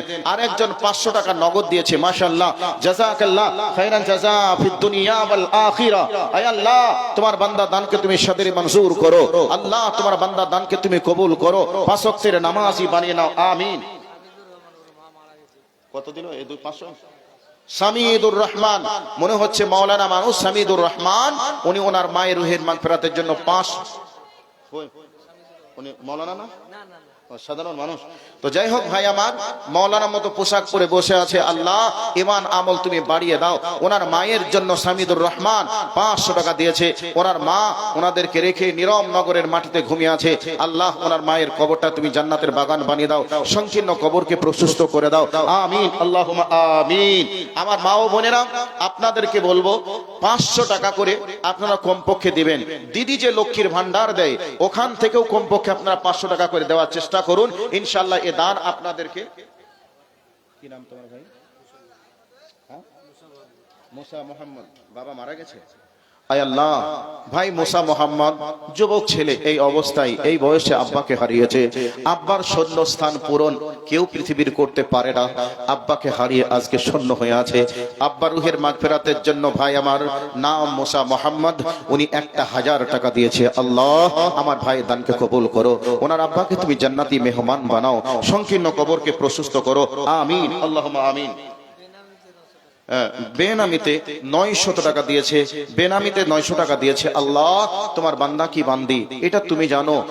আল্লাহ, তোমার বান্দা বান্দির দানকে তুমি কবুল করো। মাবুদ, যে আশা উদ্দেশ্যে দিয়েছে, আশা উদ্দেশ্যকে তুমি পূরণ করো, আমিন, আল্লাহুম্মা আমিন। ভাইয়া, সামনে যারা বসে আছেন, যদি 2,000 টাকা না পারেন, 500 টাকা তো পারবেন। আপনারা যদি 500 টাকা করেও দেন, বিনিময়ে মাদ্রাসার অনেক খেদমতের কাজ চলবে। কাজে 500 টাকা করেও আল্লাহর রাস্তায় জমা করে যান। আরেকজন ভাই আমার 500, 550, প্রায় 600-র কাছাকাছি টাকা হয়তো 500-600 টাকার মতো দিয়েছে, আল্লাহ তোমার বান্দার দানকে কবুল করো। আর একজন ছোট্ট ছেলের মাধ্যমে 500 টাকা পাঠিয়েছে, আল্লাহ তোমার বান্দার দানকে তুমি সাদরে মঞ্জুর করো, মনের আশাকে তুমি পূরণ করো, আমিন আল্লাহুম্মা আমিন। ভাইয়া আপনারা একটু ধৈর্যের পরিচয় দিয়ে বসুন, আপনাদেরকে আরো কিছু কথা শোনাবো ইনশাআল্লাহ কোরআন এবং হাদিস থেকে। কাজেই আপনাদেরকে একটু ধৈর্যের পরিচয় দিয়ে বসার জন্য অনুরোধ করছি। আর এই ফাঁকে যারা বসে আছেন সবার কাছে 500 টাকা করে আবেদন করলাম মাদ্রাসার জন্য, কমপক্ষে 500 টাকা করে আপনারা দিয়ে যান। কি নাম ভাই? নজরুল ইসলাম। মা বাবা মারা গেছে নজরুল ইসলাম, ওনার মা বাবা মারা গেছে। 2000 টাকা দিলেন, 500 টাকা নগদ, 1500 টাকা বাকি। ওনার মা বাবাকে তুমি জান্নাতি মেহমান বানিয়ে দাও, ওনার মা বাবার সংকীর্ণ কবরকে তুমি প্রশস্ত করে দাও মাবুদ। তার মা বাবাকে তুমি জান্নাতের পোশাক মানে কবরটাকে তুমি জান্নাতের বাগান বানিয়ে দাও, আমিন আল্লাহুম্মা আমিন। কি নাম ভাই? আলাউদ্দিন, উনি 500 টাকা দিয়েছে। আল্লাহ আলাউদ্দিনের দানকে কবুল করো, আত্মীয় স্বজন যারা চলে গেছে সবার কবরের শাস্তিকে মাফ করো। আরেকজন যুবক ভাই আমার 500 টাকা দিয়েছে, আল্লাহ আমার যুবক ভাইয়ের দানকে কবুল করো, দ্বীনের খাদেম হিসাবে কবুল করো, 5 ওয়াক্তের নামাজি বানিয়ে নাও, আমিন আল্লাহুম্মা আমিন। আচ্ছা আমার মা বোনেরা আপনাদেরকে বলছি, যদি 500 টাকা না থাকে আপনারা নামটা কমপক্ষে লিখিয়ে দেন, গ্রামের মাদ্রাসা, আপনাদের সময় সাপেক্ষে আপনারা দেওয়ার চেষ্টা করবেন। ভাইয়া প্রোগ্রাম কি শেষ করার সময় হলো? এখনো তো হয়নি, আপনারা একটু বসে যান। একজন ভাই আমার 100 টাকা, আরেকজন ভাই আমার 500 টাকা দিয়েছে, আল্লাহ তোমার বান্দাদের দানকে তুমি কবুল করো, মনের আশাকে তুমি পূরণ করো, আমিন আল্লাহুম্মা আমিন। বোনেরা আমার 500 টাকা করে আপনারা কমপক্ষে, যদি 500 না থাকে 100 টাকা, 50 টাকা, 200 টাকা করে আপনারা দিয়ে যান। আপনাদের জন্য মুক্ত, আপনাদের জন্য দোয়া হবে ইনশাআল্লাহ। ভাই বাবাজি যারা বসে আছেন 500 টাকা না থাকলে 200 টাকা, 100 টাকা, 50 টাকা করে হলেও আপনারা একটু আল্লাহর হস্তে জমা করে যান। এবার আমি যে বক্তব্যের বিষয়কে সামনের দিকে আগানোর চেষ্টা করছিলাম, মেয়েদের কাছ থেকে ও হাদি সাহেব, আজকের যিনি সবার সভাপতি হাদি সাহেব, উনি ওনার স্ত্রী প্রায় 5000-এর কাছাকাছি, 200 টাকা কম আছে। ওনার স্ত্রী ওনার ছেলের জন্য দিয়েছে, এক কথায় মা ছেলের জন্য দিচ্ছে, মা ছেলের জন্য দান করছে, মানে ছেলে মারা গেছে। আয় আল্লাহ তার মা নিশ্চয়ই ছেলের জন্য দোয়া করে, আর ছেলে আজকে দুনিয়া থেকে চলে গেছে, ছেলের রুহের মাগফিরাতের জন্য প্রায় 5000 টাকা দান করেছে। আল্লাহ তার মায়ের দানকে কবুল করে নাও, তার ছেলেকে তুমি জান্নাতের পোশাক তুমি পরিয়ে দাও, সংকীর্ণ কবরকে তুমি প্রশস্ত করে দাও। আরেকজন আল্লাহ ওর মা মারা গেছে, 1000 টাকা দান করেছে, আল্লাহ তার মায়ের কবরটাকে তুমি জান্নাতের বাগান বানিয়ে দাও, সংকীর্ণ কবরকে প্রশস্ত করে দাও, আমিন আল্লাহুম্মা আমিন। মারা গেছে আমার ভাই আমার আবার 1000 টাকা দিয়েছে, আল্লাহ আমার ভাই তার আব্বাকে হারিয়েছে, বাবার রুহের মাগফিরাতের জন্য 1000 টাকা দিয়েছে, আল্লাহ তোমার বান্দার দানকে কবুল করে নাও, তার বাবাকে তুমি জান্নাতের বিছানা বিছিয়ে দাও, তার বাবার কবরটা আল্লাহ প্রশস্ত করে দাও, আমিন আল্লাহুম্মা আমিন। আর একজন ভাই আমার 600 টাকা দিয়েছে, আল্লাহ তোমার বান্দার দানকে কবুল করে নাও, আত্মীয় স্বজন যারা মারা গেছে সবার কবরের শাস্তি থেকে তুমি মাফ করে দাও, আমিন আল্লাহুম্মা আমিন। আচ্ছা নামটা কি বলেন আপনার? কামরুল ইসলাম, 500 নগদ, 500 বাকি। মা বাবার জন্য কামরুল ইসলাম 500 টাকা নগদ, 500 টাকা বাকি। আল্লাহ তোমার বান্দার দানকে কবুল করে নাও, মা বাবাকে হারিয়েছে, রব্বুল আলামিন তার মা বাবার কবরটাকে তুমি জান্নাতের বাগান বানিয়ে দাও, আমিন আল্লাহুম্মা আমিন। বাবা মা মারা গেছে, আচ্ছা 800 টাকা বাকি, 200 টাকা নগদ, হ্যাঁ 500 টাকা বাকি। আপনার নাম? জয়নাল আবেদিন লিখুন, 800 টাকা বাকি, 200 টাকা নগদ। জয়নাল আবেদিন, মাহবুদ গো তার আব্বা মারা গেছে, তার মা অসুস্থ অবস্থায় আছে, আল্লাহ তার বাবার কবরটাকে তুমি জান্নাত বাগান বানিয়ে দাও, তার মাকে তুমি শিফায়ে কামিলা আজিলা দান করো, আযহাবিল বাস রাব্বানা সাসফান তাসাফিলা ইসবাগিল্লা শিবা লা ইউগাদিরু সাকামা লা বাসাত তাহুরুন ইনশাআল্লাহ, আসআলুল্লাহাল আযীম রাব্বাল আরশিল আযীম মাইয়াশফিয়াকা। আচ্ছা সিরাজউদ্দিন, 1 মণ ধান, 1 মণ মাকাই আর 300 টাকা নগদ। আল্লাহ বাবা মৃত্যুবরণ করেছে, 1 মণ মাকাই আর 300 টাকা নগদ দিয়েছে। আল্লাহ ওনার আব্বার কবরটা তুমি জান্নাতের বাগান বানিয়ে দাও। আয় আল্লাহ, মানে এই দাতাকে তুমি 5 ওয়াক্তের নামাজি বানিয়ে নাও। উনি যেন নামাজের মধ্য দিয়ে ওনার আব্বার জন্য দোয়া করতে পারে। আল্লাহ তোমার নবী বলেছে সন্তান দোয়া করলে কবুল হবে। আল্লাহ তার সন্তানকে তুমি দ্বীনের জন্য কবুল করে নাও, আমিন, আল্লাহুম্মা আমিন। আচ্ছা ভাই, এখনো যারা আছেন দেওয়ার মতো যারা আছেন একটু তাড়াতাড়ি দিয়ে দেন, এরপরে আপনারা বসলে ইনশাআল্লাহ আলোচনা হবে। মা বোন, আপনাদেরকে বলছি 100-200 করেও কি নেই দেওয়ার মতো? আনসার আলী 200 নগদ আর 50 কিলো কি মাকাই, 50 কিলো মাকাই আর 200 টাকা নগদ। আল্লাহ আনসার আলীর দানকে তুমি কবুল করো, মনের আশাকে তুমি পূরণ করো, হায়াত তুমি বাড়িয়ে দাও। আয় আল্লাহ, মাঠ ভর্তি ফসল তুমি দান করো, ঈমান আমলে দুনিয়ায় বাঁচিয়ে রাখো, আমিন, আল্লাহুম্মা আমিন। আর কেউ আছে? আচ্ছা মা বোন, আপনারা একটু মেহেরবানি করে সামনের দিকে আগিয়ে আসুন। এবার আমি কথার দিকে মহিলাদের মধ্যে যারা আছেন দান দিতে চান তাদের চলে আসুন। মহিলাদের মধ্যে যারা দান দিতে চান তাড়াতাড়ি চলে আসুন। মা বোনেরা 100-250 করে হলো আপনার একটু দেন, আখিরাতের ব্যাংকে জমা থাকবে ইনশাআল্লাহ। এবার আমি বক্তব্য রাখছিলাম মা বাবা প্রসঙ্গে। এ কত বড় নিয়ামত, যার চলে গেছে সেই বুঝে, যার নেই সে জানে মা কি জিনিস, আব্বা কি জিনিস। যেমন বৃষ্টির দিনে ঘরে যদি ছাদ থাকে, মাথার উপরে ছাতা থাকে, তাহলে যেমন বৃষ্টি পড়ে না, রোদের তাপ লাগে না, ঠিক মা বাবা বেঁচে আছে মানে আপনার দুঃখ বেদনা যা কিছু আছে সব কিছুকে উজাড় করে ভাগ করে নেওয়ার চেষ্টা করে। যত কিছু হয় আব্বা বলে, বাবা চিন্তা তুই কেন করবি, আমি তো বেঁচে আছি, কোনো চিন্তা করার প্রয়োজন নেই। এ কথাটা একমাত্র বাবা বলতে পারে, আর মা আপনার সমস্ত কিছুকে উজাড় করে দিতে পারে। কি নাম গো ভাই? মাহতাবউদ্দিন। দেখুন তো, মাহতাবউদ্দিন উনি ওনার স্ত্রীকে হারিয়েছেন, একই সঙ্গে সংসার করতেন। ওনার স্ত্রী আজকে ওনাকে রেখে চলে গেছে আল্লাহর কাছে। আল্লাহ ওনার স্ত্রীকে তুমি জান্নাতি মেহমান বানাও। নবীজি বলেছেন যে স্বামী তার স্ত্রীর উপরে সন্তুষ্ট থাকবে তার কবরের শাস্তিকে আল্লাহ মাফ করে দিবে। নিশ্চয়ই মাহতাব আলী ওনার স্ত্রীর উপর সন্তুষ্ট ছিলেন বলেই স্ত্রীর জন্য 1000 টাকা দান করেছেন। আল্লাহ ওনার স্ত্রীকে তুমি জান্নাতি মেহমান বানিয়ে দাও, ওনার স্ত্রীর সংকীর্ণ কবরকে তুমি প্রশস্ত করে দাও, আমিন, আল্লাহুম্মা আমিন। ভাইয়া, স্ত্রীর জন্য মাহতাব আলী দিলেন। কোন স্ত্রী কি আছেন স্বামীর জন্য দিবেন যে আমার স্বামী মারা গেছে, আমার স্বামীর জন্য 1000 পারবো না, আমি 500 টাকা পারবো? এবার আপনাকে বলছি মা কি জিনিস, বাপ কি জিনিস, আপনাকে একটু বলার চেষ্টা করছি। ভাইয়া, পৃথিবীতে সন্তানেরা আজকে স্ত্রীর প্রেমে পড়ে। হাজী সাহেব আগে দিয়েছিল 1000 টাকা, ওনার স্ত্রী তো 5000 দিয়েছে, আবার 1000 টাকা দিল একটু। ও, হাজী সাহেব আগে 1000 দিয়েছেন, ওনার স্ত্রী 5000 দিয়েছেন, উনি আবারও 1000 টাকা দিলেন। আল্লাহ ওনার দানকে কবুল করো। আয় আল্লাহ, উনি তোমার পবিত্র ঘর মক্কা আল মুকাররমা, মদিনা আল মানুওয়ারা পরিদর্শন করেছে। হ্যাঁ মাবুদ, তোমার ঘরে যাওয়ার মতো তুমি সুযোগ দিয়েছো, তোমার ঘর সচক্ষে দেখে এসেছে। মাবুদ ওনার দোয়াকে তুমি কবুল করো। সাথে সাথে ওনার ছেলের জন্য উনি নিশ্চয় দোয়া করেন। ওনার ছেলে চলে গেছে, ওনার ছেলের কবরটা তুমি জান্নাতের বাগান বানিয়ে দাও। ওনাকেও আল্লাহ তুমি শিফায়ে কামেলা আজিলা তুমি দান করো।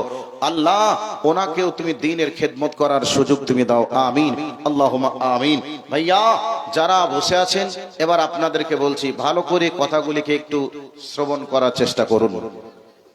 পৃথিবীতে বর্তমান সময়ে আমরা কোরআন হাদিস থেকে দূরে থাকার কারণে মা কি জিনিস আমরা বুঝলাম না, স্ত্রী কি জিনিস এটাকেও আমরা বুঝলাম না। কাজেই স্ত্রী আলাদা, মা আলাদা, মায়ের হক আলাদা, স্ত্রীর হক আলাদা। মাকে মায়ের চোখে দেখা লাগবে আর স্ত্রীকে স্ত্রীর চোখে দেখা লাগবে। এবার আপনাদেরকে বলছি ভালো করে শুনে নেন। মা বোনদেরকে আগে একটু বলে দেই, আপনি আপনার শাশুড়ি মাকে আপনি কি নিজের মায়ের মতো করে দেখতে পারেন না? আপনার মা যদি হতেন, আপনার মাকে কি না খেয়ে আপনি রাখতেন? আপনার মা ওই অপবিত্র পোশাক পরে বাড়িতে থাকবে, নোংরা কাপড় পরে থাকবে, অপরিষ্কার কাপড় পরিধান করে থাকবে, এটা কি আপনি মেয়ে হিসাবে আপনি মেনে নিতে পারবেন?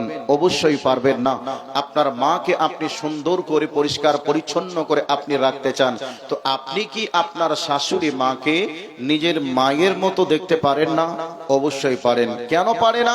তার পিছনে কারণ হলো বৌমা, শাশুড়ি যারা, তারা বৌমাকে নিজের মেয়ের চোখে দেখতে পারে না।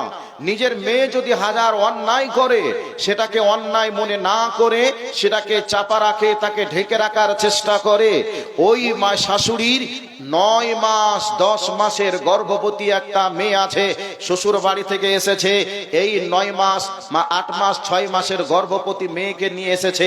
আসার পরে 9 মাসের গর্ভবতী বৌমার দ্বারা ওই মেয়ের খিদমত করিয়ে নেয়। আচ্ছা বলুন তো, এইরকম যদি কোনো শাশুড়ি হয় যে আমি তো 8 মাসের গর্ভবতী, আমার ননদ জিনেরা তো মাত্র 5 মাসের, তো আমাকে দিয়ে ওর যে খেদমত করিয়ে নিচ্ছে, আমি তো ওর থেকে শারীরিক দিক থেকে এখন আনফিট, বা আমি এখন সমস্যায় বেশি আছি, কাজে আমার খেদমত ও না করে ওর দ্বারা আমার দ্বারাই ওর খেদমত করিয়ে নিচ্ছে। এইরকম যদি কোনো শাশুড়ি হয়, তাহলে ওই বৌমা শাশুড়িকে ভালো চোখে দেখবে? কথা বলুন, দেখবে? দেখবে না। এখন বৌমা যদি কোনো ভুল করে, লোক ডেকে, পাড়া প্রতিবেশীর মহিলাদেরকে ডেকে বলে যে আমার বৌমা কাজ জানে না, আমার বৌমা এটা করেছে।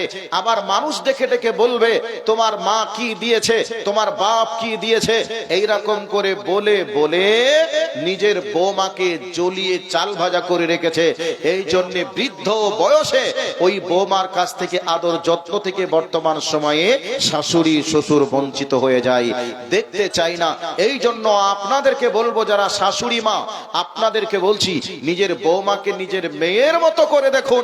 নিজের মেয়েটাকে পরের বাড়ি দিয়েছেন, পরের মেয়েটাকে নিজের বাড়ি নিয়ে এসেছেন, অতএব নিজের মেয়েটাকে যেমন পরের বাড়ি দিয়েছেন আর পরের মেয়েটাকে নিজের বাড়িতে নিয়ে এসেছেন, এটাকে আপনি নিজের মেয়ের চোখে দেখুন।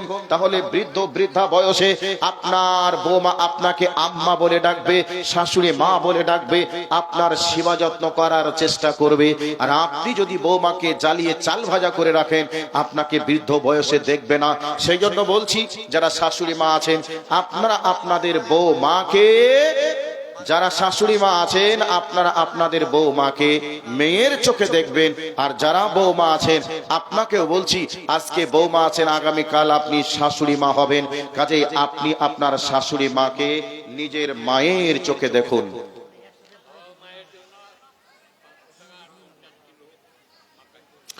বাবা মায়ের জন্য এই বৃদ্ধ বয়সে বাবা মাকে ভুলতে পারি নাই। বাবা মার জন্য 500 টাকা আর 50 কিলো ভুট্টা দান করেছেন। আল্লাহ, তোমার বান্দা দানকে তুমি সাদরে মঞ্জুর করো, মনের আশাকে তুমি পূরণ করো, আমিন, আল্লাহুম্মা আমিন। এবার আপনাকে বলছি, মা কি জিনিস আর বাবা কি জিনিস একটু বলার জন্য সামনের দিকে আগিয়ে যাচ্ছি। একটা প্রবাদ বাক্যে আছে কি, এই কানা কানি ঘানা ঘানি করে কান ফোঁস, দিনে দিনে করে বউ শাশুড়ির দোষ, বসে খাবো তবু মরা কথা না শুনিব, জোদা করে দেবে তবে আরামে খাইব, একটি মরগ যদি জবে করা হয়, এক বেলা সেওয়া মরা দেখিতে পাই, একটি চাঁদের মাছ মরা যদি পাই, পেঁয়াজ কাটিয়া মরা খাবো দুজনায়, তুমিও পরের বাড়ি খাটিয়া আনিবে, আমিও পরের, তুমিও পরের বাড়ি খাটিয়া আনিবে, আমিও বাঁধিব বিড়ি, কত জমা হবে, যাহা করো কিরো কিন্তু হইয়া সাবধান, বিনষ্ট না হয় যাতে অমূল্য ঈমান। এবার ছেলে এবং ছেলের যতদিন বিয়ে হয়নি ততদিন পর্যন্ত মা তার ভালো ছিল, বাবাও তার ভালো ছিল। এখন বিবাহ হয়ে গেল, বৌমা বাড়িতে চলে এসেছে, স্বামীকে রাত্রিবেলায় বসে বসে 2-1 দিন পরে বালিশের তলে লেপের তলে একই বালিশে মাথা লাগিয়ে বলতে শুরু করেছে, দেখো তো এতদিন তুমি ইনকাম করেছো, বাপের হাতে তুলে দিয়েছো, তোমার বাবা খরচ করে দিয়েছে, সে টাকাগুলি তোমার কাছে আর নেই। অতএব এখন তোমার দুইটা ভাই লেখাপড়া করছে, দুইটা বোন আছে, এখন তুমি খাটবে, খেটে খেটে বৃদ্ধ হয়ে যাবে, তোমার ভাই লেখাপড়া করে চাকরি পাবে, বোনদের বিয়ে হতে হতে তোমার বয়স অনেক হয়ে যাবে। অতএব সংসারে আর বেশি দিন থাকা যাবে না, সংসার আমাদেরকে আমাদের মতো গোছাতে হবে। এইরকম স্ত্রীরা বলে, বলে কি বলে না? একদিন দুই দিন করতে করতে এবার বউ দেখলো আমার স্বামী তো আমার কথা তো ঠিক মতো করে বুঝছে না। আর মেয়েদের দেখবেন স্বভাব একটা আছে, স্বামীর কাছ থেকে যদি একটা সংবিধান পাশ করে নিতে পারে, দ্বিতীয় সংবিধান পাশ করাতে আর সময় লাগবে না। সে জেনে যায় আমার স্বামীটা কয় নম্বর কাপুরুষীরা যখন বুঝে যাবে একটা সংবিধান পাশ করে নিলাম, এবার বুঝে যাবে একটা সংবিধান পাশ হয়ে গেল মানে আমার স্বামী কাপুরুষ, দ্বিতীয় সংবিধান পাশ করতে তার আর সময় লাগবে না।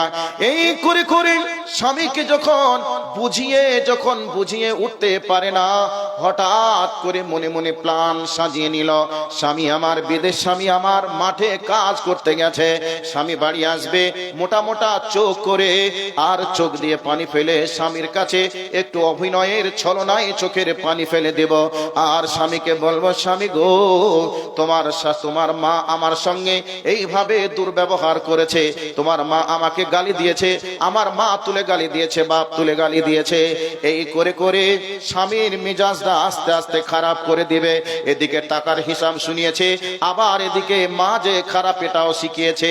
একদিন দুই দিন করে এরপর স্বামীকে বলছে, স্বামী আমাকে নিয়ে যদি তুমি সংসার করতে চাও, অতএব আমি এবার তোমার বাপের সঙ্গে মায়ের সঙ্গে আর একসঙ্গে থাকতে পারবো না, বরং আমাকে আলাদা করে নিতে হবে। এবার ছেলে দেখলো, স্বামী দেখলো এত সুন্দর মেয়ে, এত সুন্দর স্ত্রী আর কোথায় পাবো রে, এখন যদি আলাদা না হই, আমাকে ডিভোর্স দিয়ে যদি চলে যাই ঝামেলা হয়ে যাবে। অতএব ঠিক আছে, তোমার কথা মতো আমি আজকে ভিন্ন হওয়ার জন্য, সংসার করার জন্য আমি তৈরি হয়ে যাই। এবার একজন কবি বলছেন, এ কানা কানে ঘানা ঘানি করে কান ফোঁস, দিনে দিনে করে বউ শাশুড়ির দোষ, বসে খাবো তবু মরা কথা না শুনিব, যোদা করে দেবে তবে আরামে খাইব, একটি মরগ যদি জবে করা হয়, এক বেলা সেওয়া মরা দেখিতে না পাই, একটি চ্যাঙের মাছ মরা যদি পাই, পেঁয়াজ কাটিয়া মরা খাবো দুজনাই, তুমিও পরের বাড়ি খাটিয়া আনিবে, আমিও বাঁধিব বিড়ি, কত জমা হবে।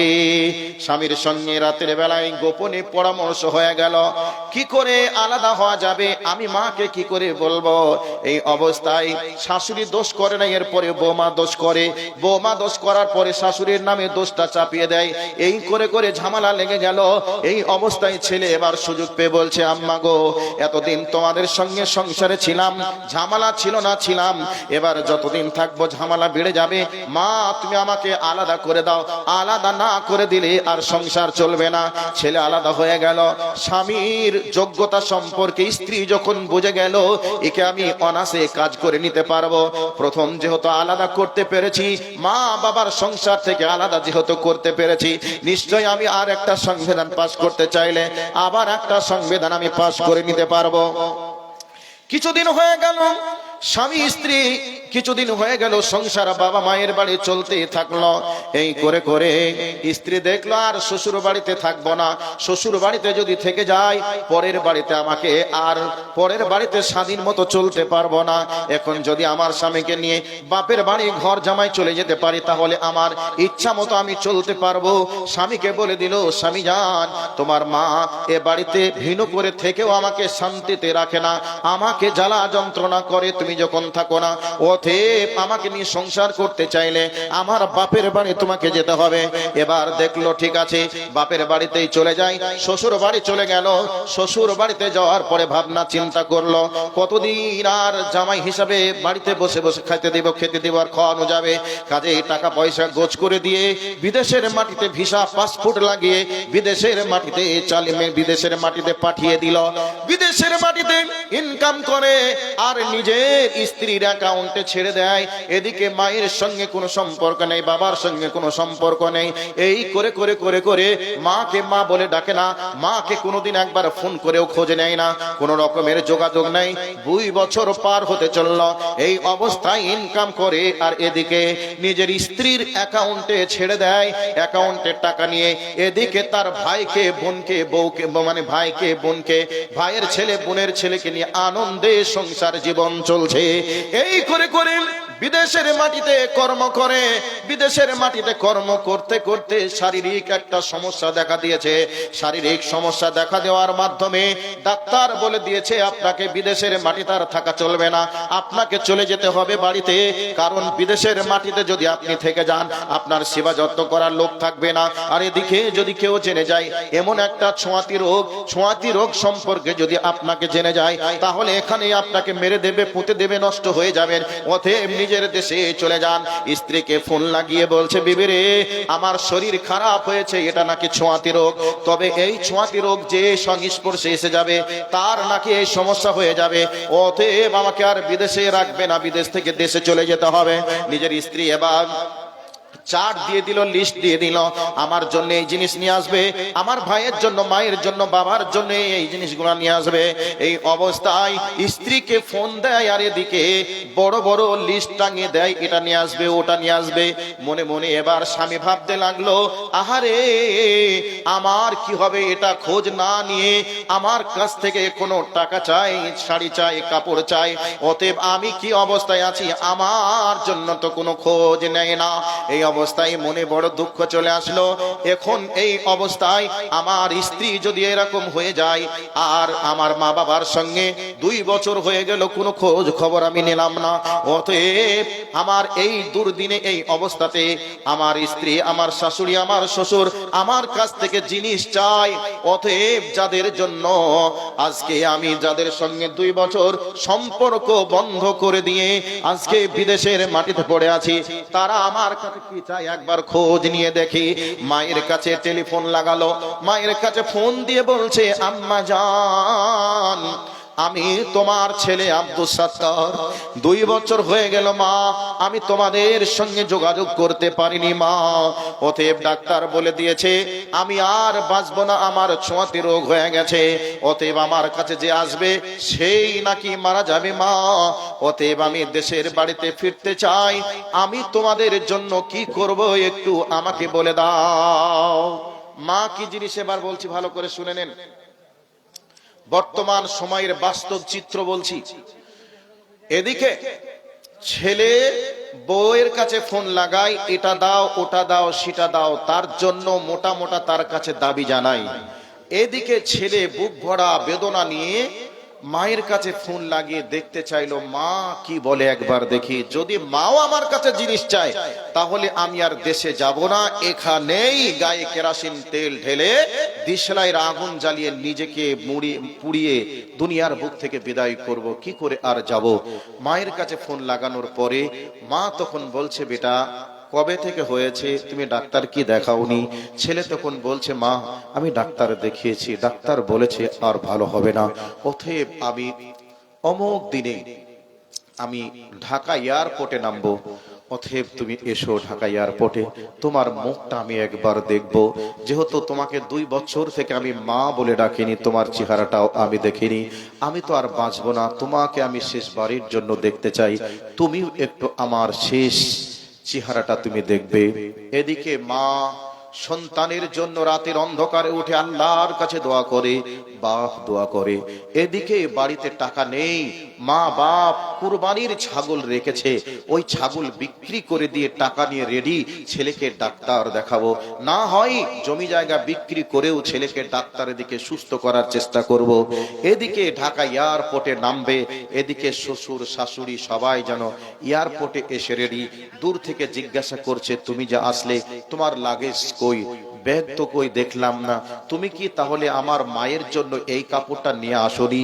এই যে আমি তোমার কাছে ভালো একটা দামি শাড়ি চেয়েছিলাম, তুমি কি নিয়ে আসনি?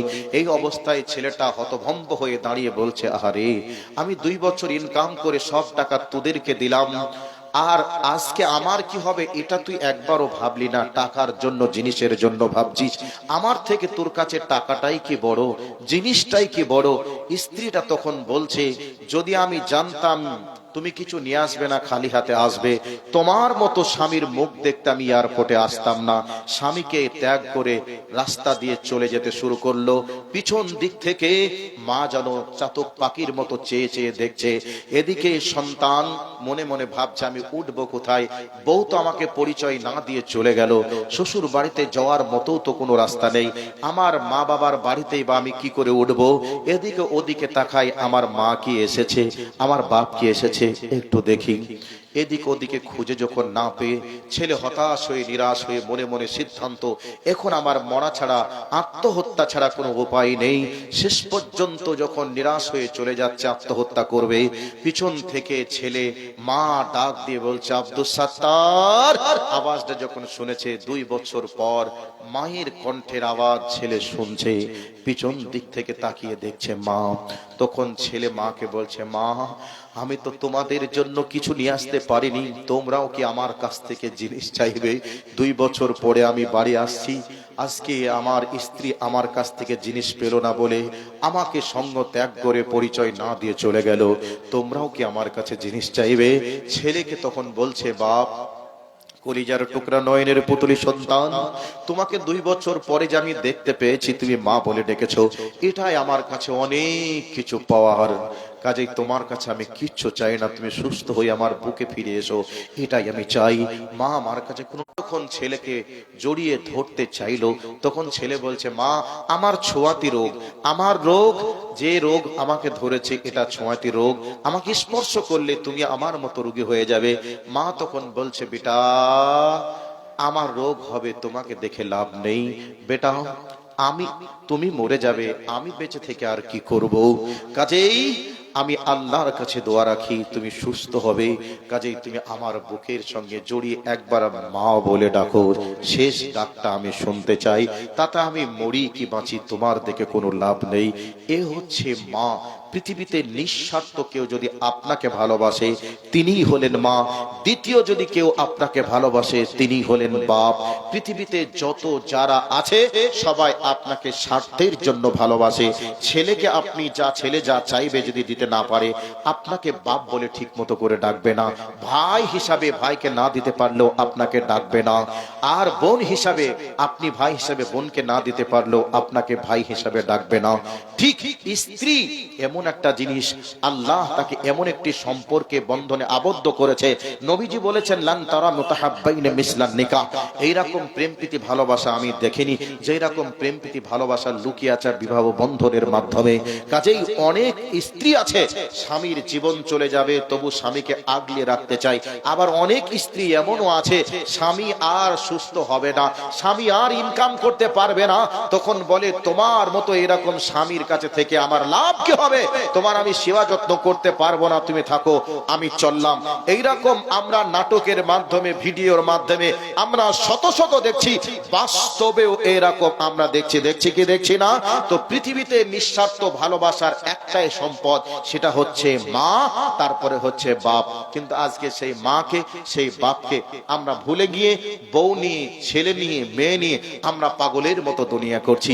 কাজেই আল্লাহর নবীর হাদিস, যে নবীজি বলছেন, হুমা জান্নাতুকা ওয়া নারুকা, তোমার বাবা মা তোমার জন্য জান্নাত, তোমার বাবা মা তোমার জন্য হচ্ছে জান্নাত, তোমার জন্য জাহান্নাম, এ কথা বলেছেন।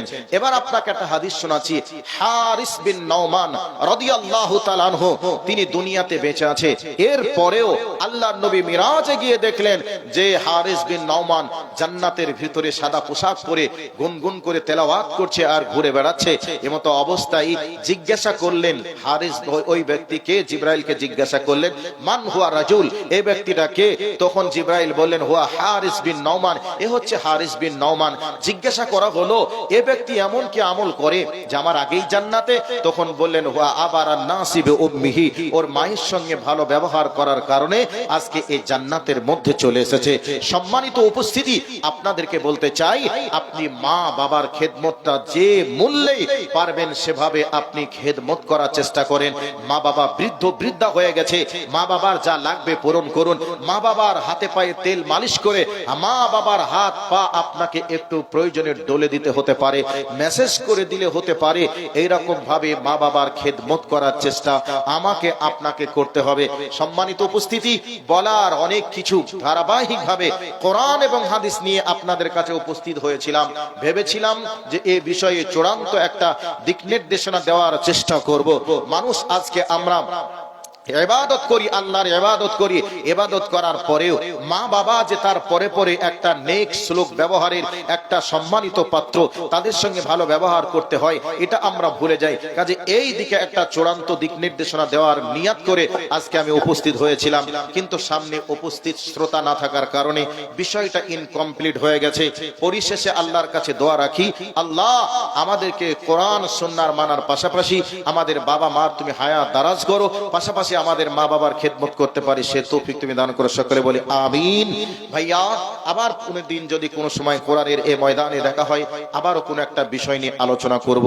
কাজে আমি যখন যে বিষয়ে কথা বলি ওই বিষয়ে ধারাবাহিকভাবে আলোচনা করার চেষ্টা করি। সম্মানিত উপস্থিতি, শেষের বেলায় ইন্নামাল আমালু বিল খাওয়াতিম, নবীজি বলেছেন জীবনের শেষ আমল যার ভালো তার সব ভালো। কাজেই আপনারা যারা সামনে এখানে উপস্থিত, কেউ কি জালসার শেষ দাতা হিসাবে 500 টাকা দেওয়ার মতো কেউ কে আছেন? তার জন্য একটু দোয়ায়ে খায়ের করব। 500 টাকা। ভাই আমার কি নাম আপনার জন্য ভুলে গেলাম?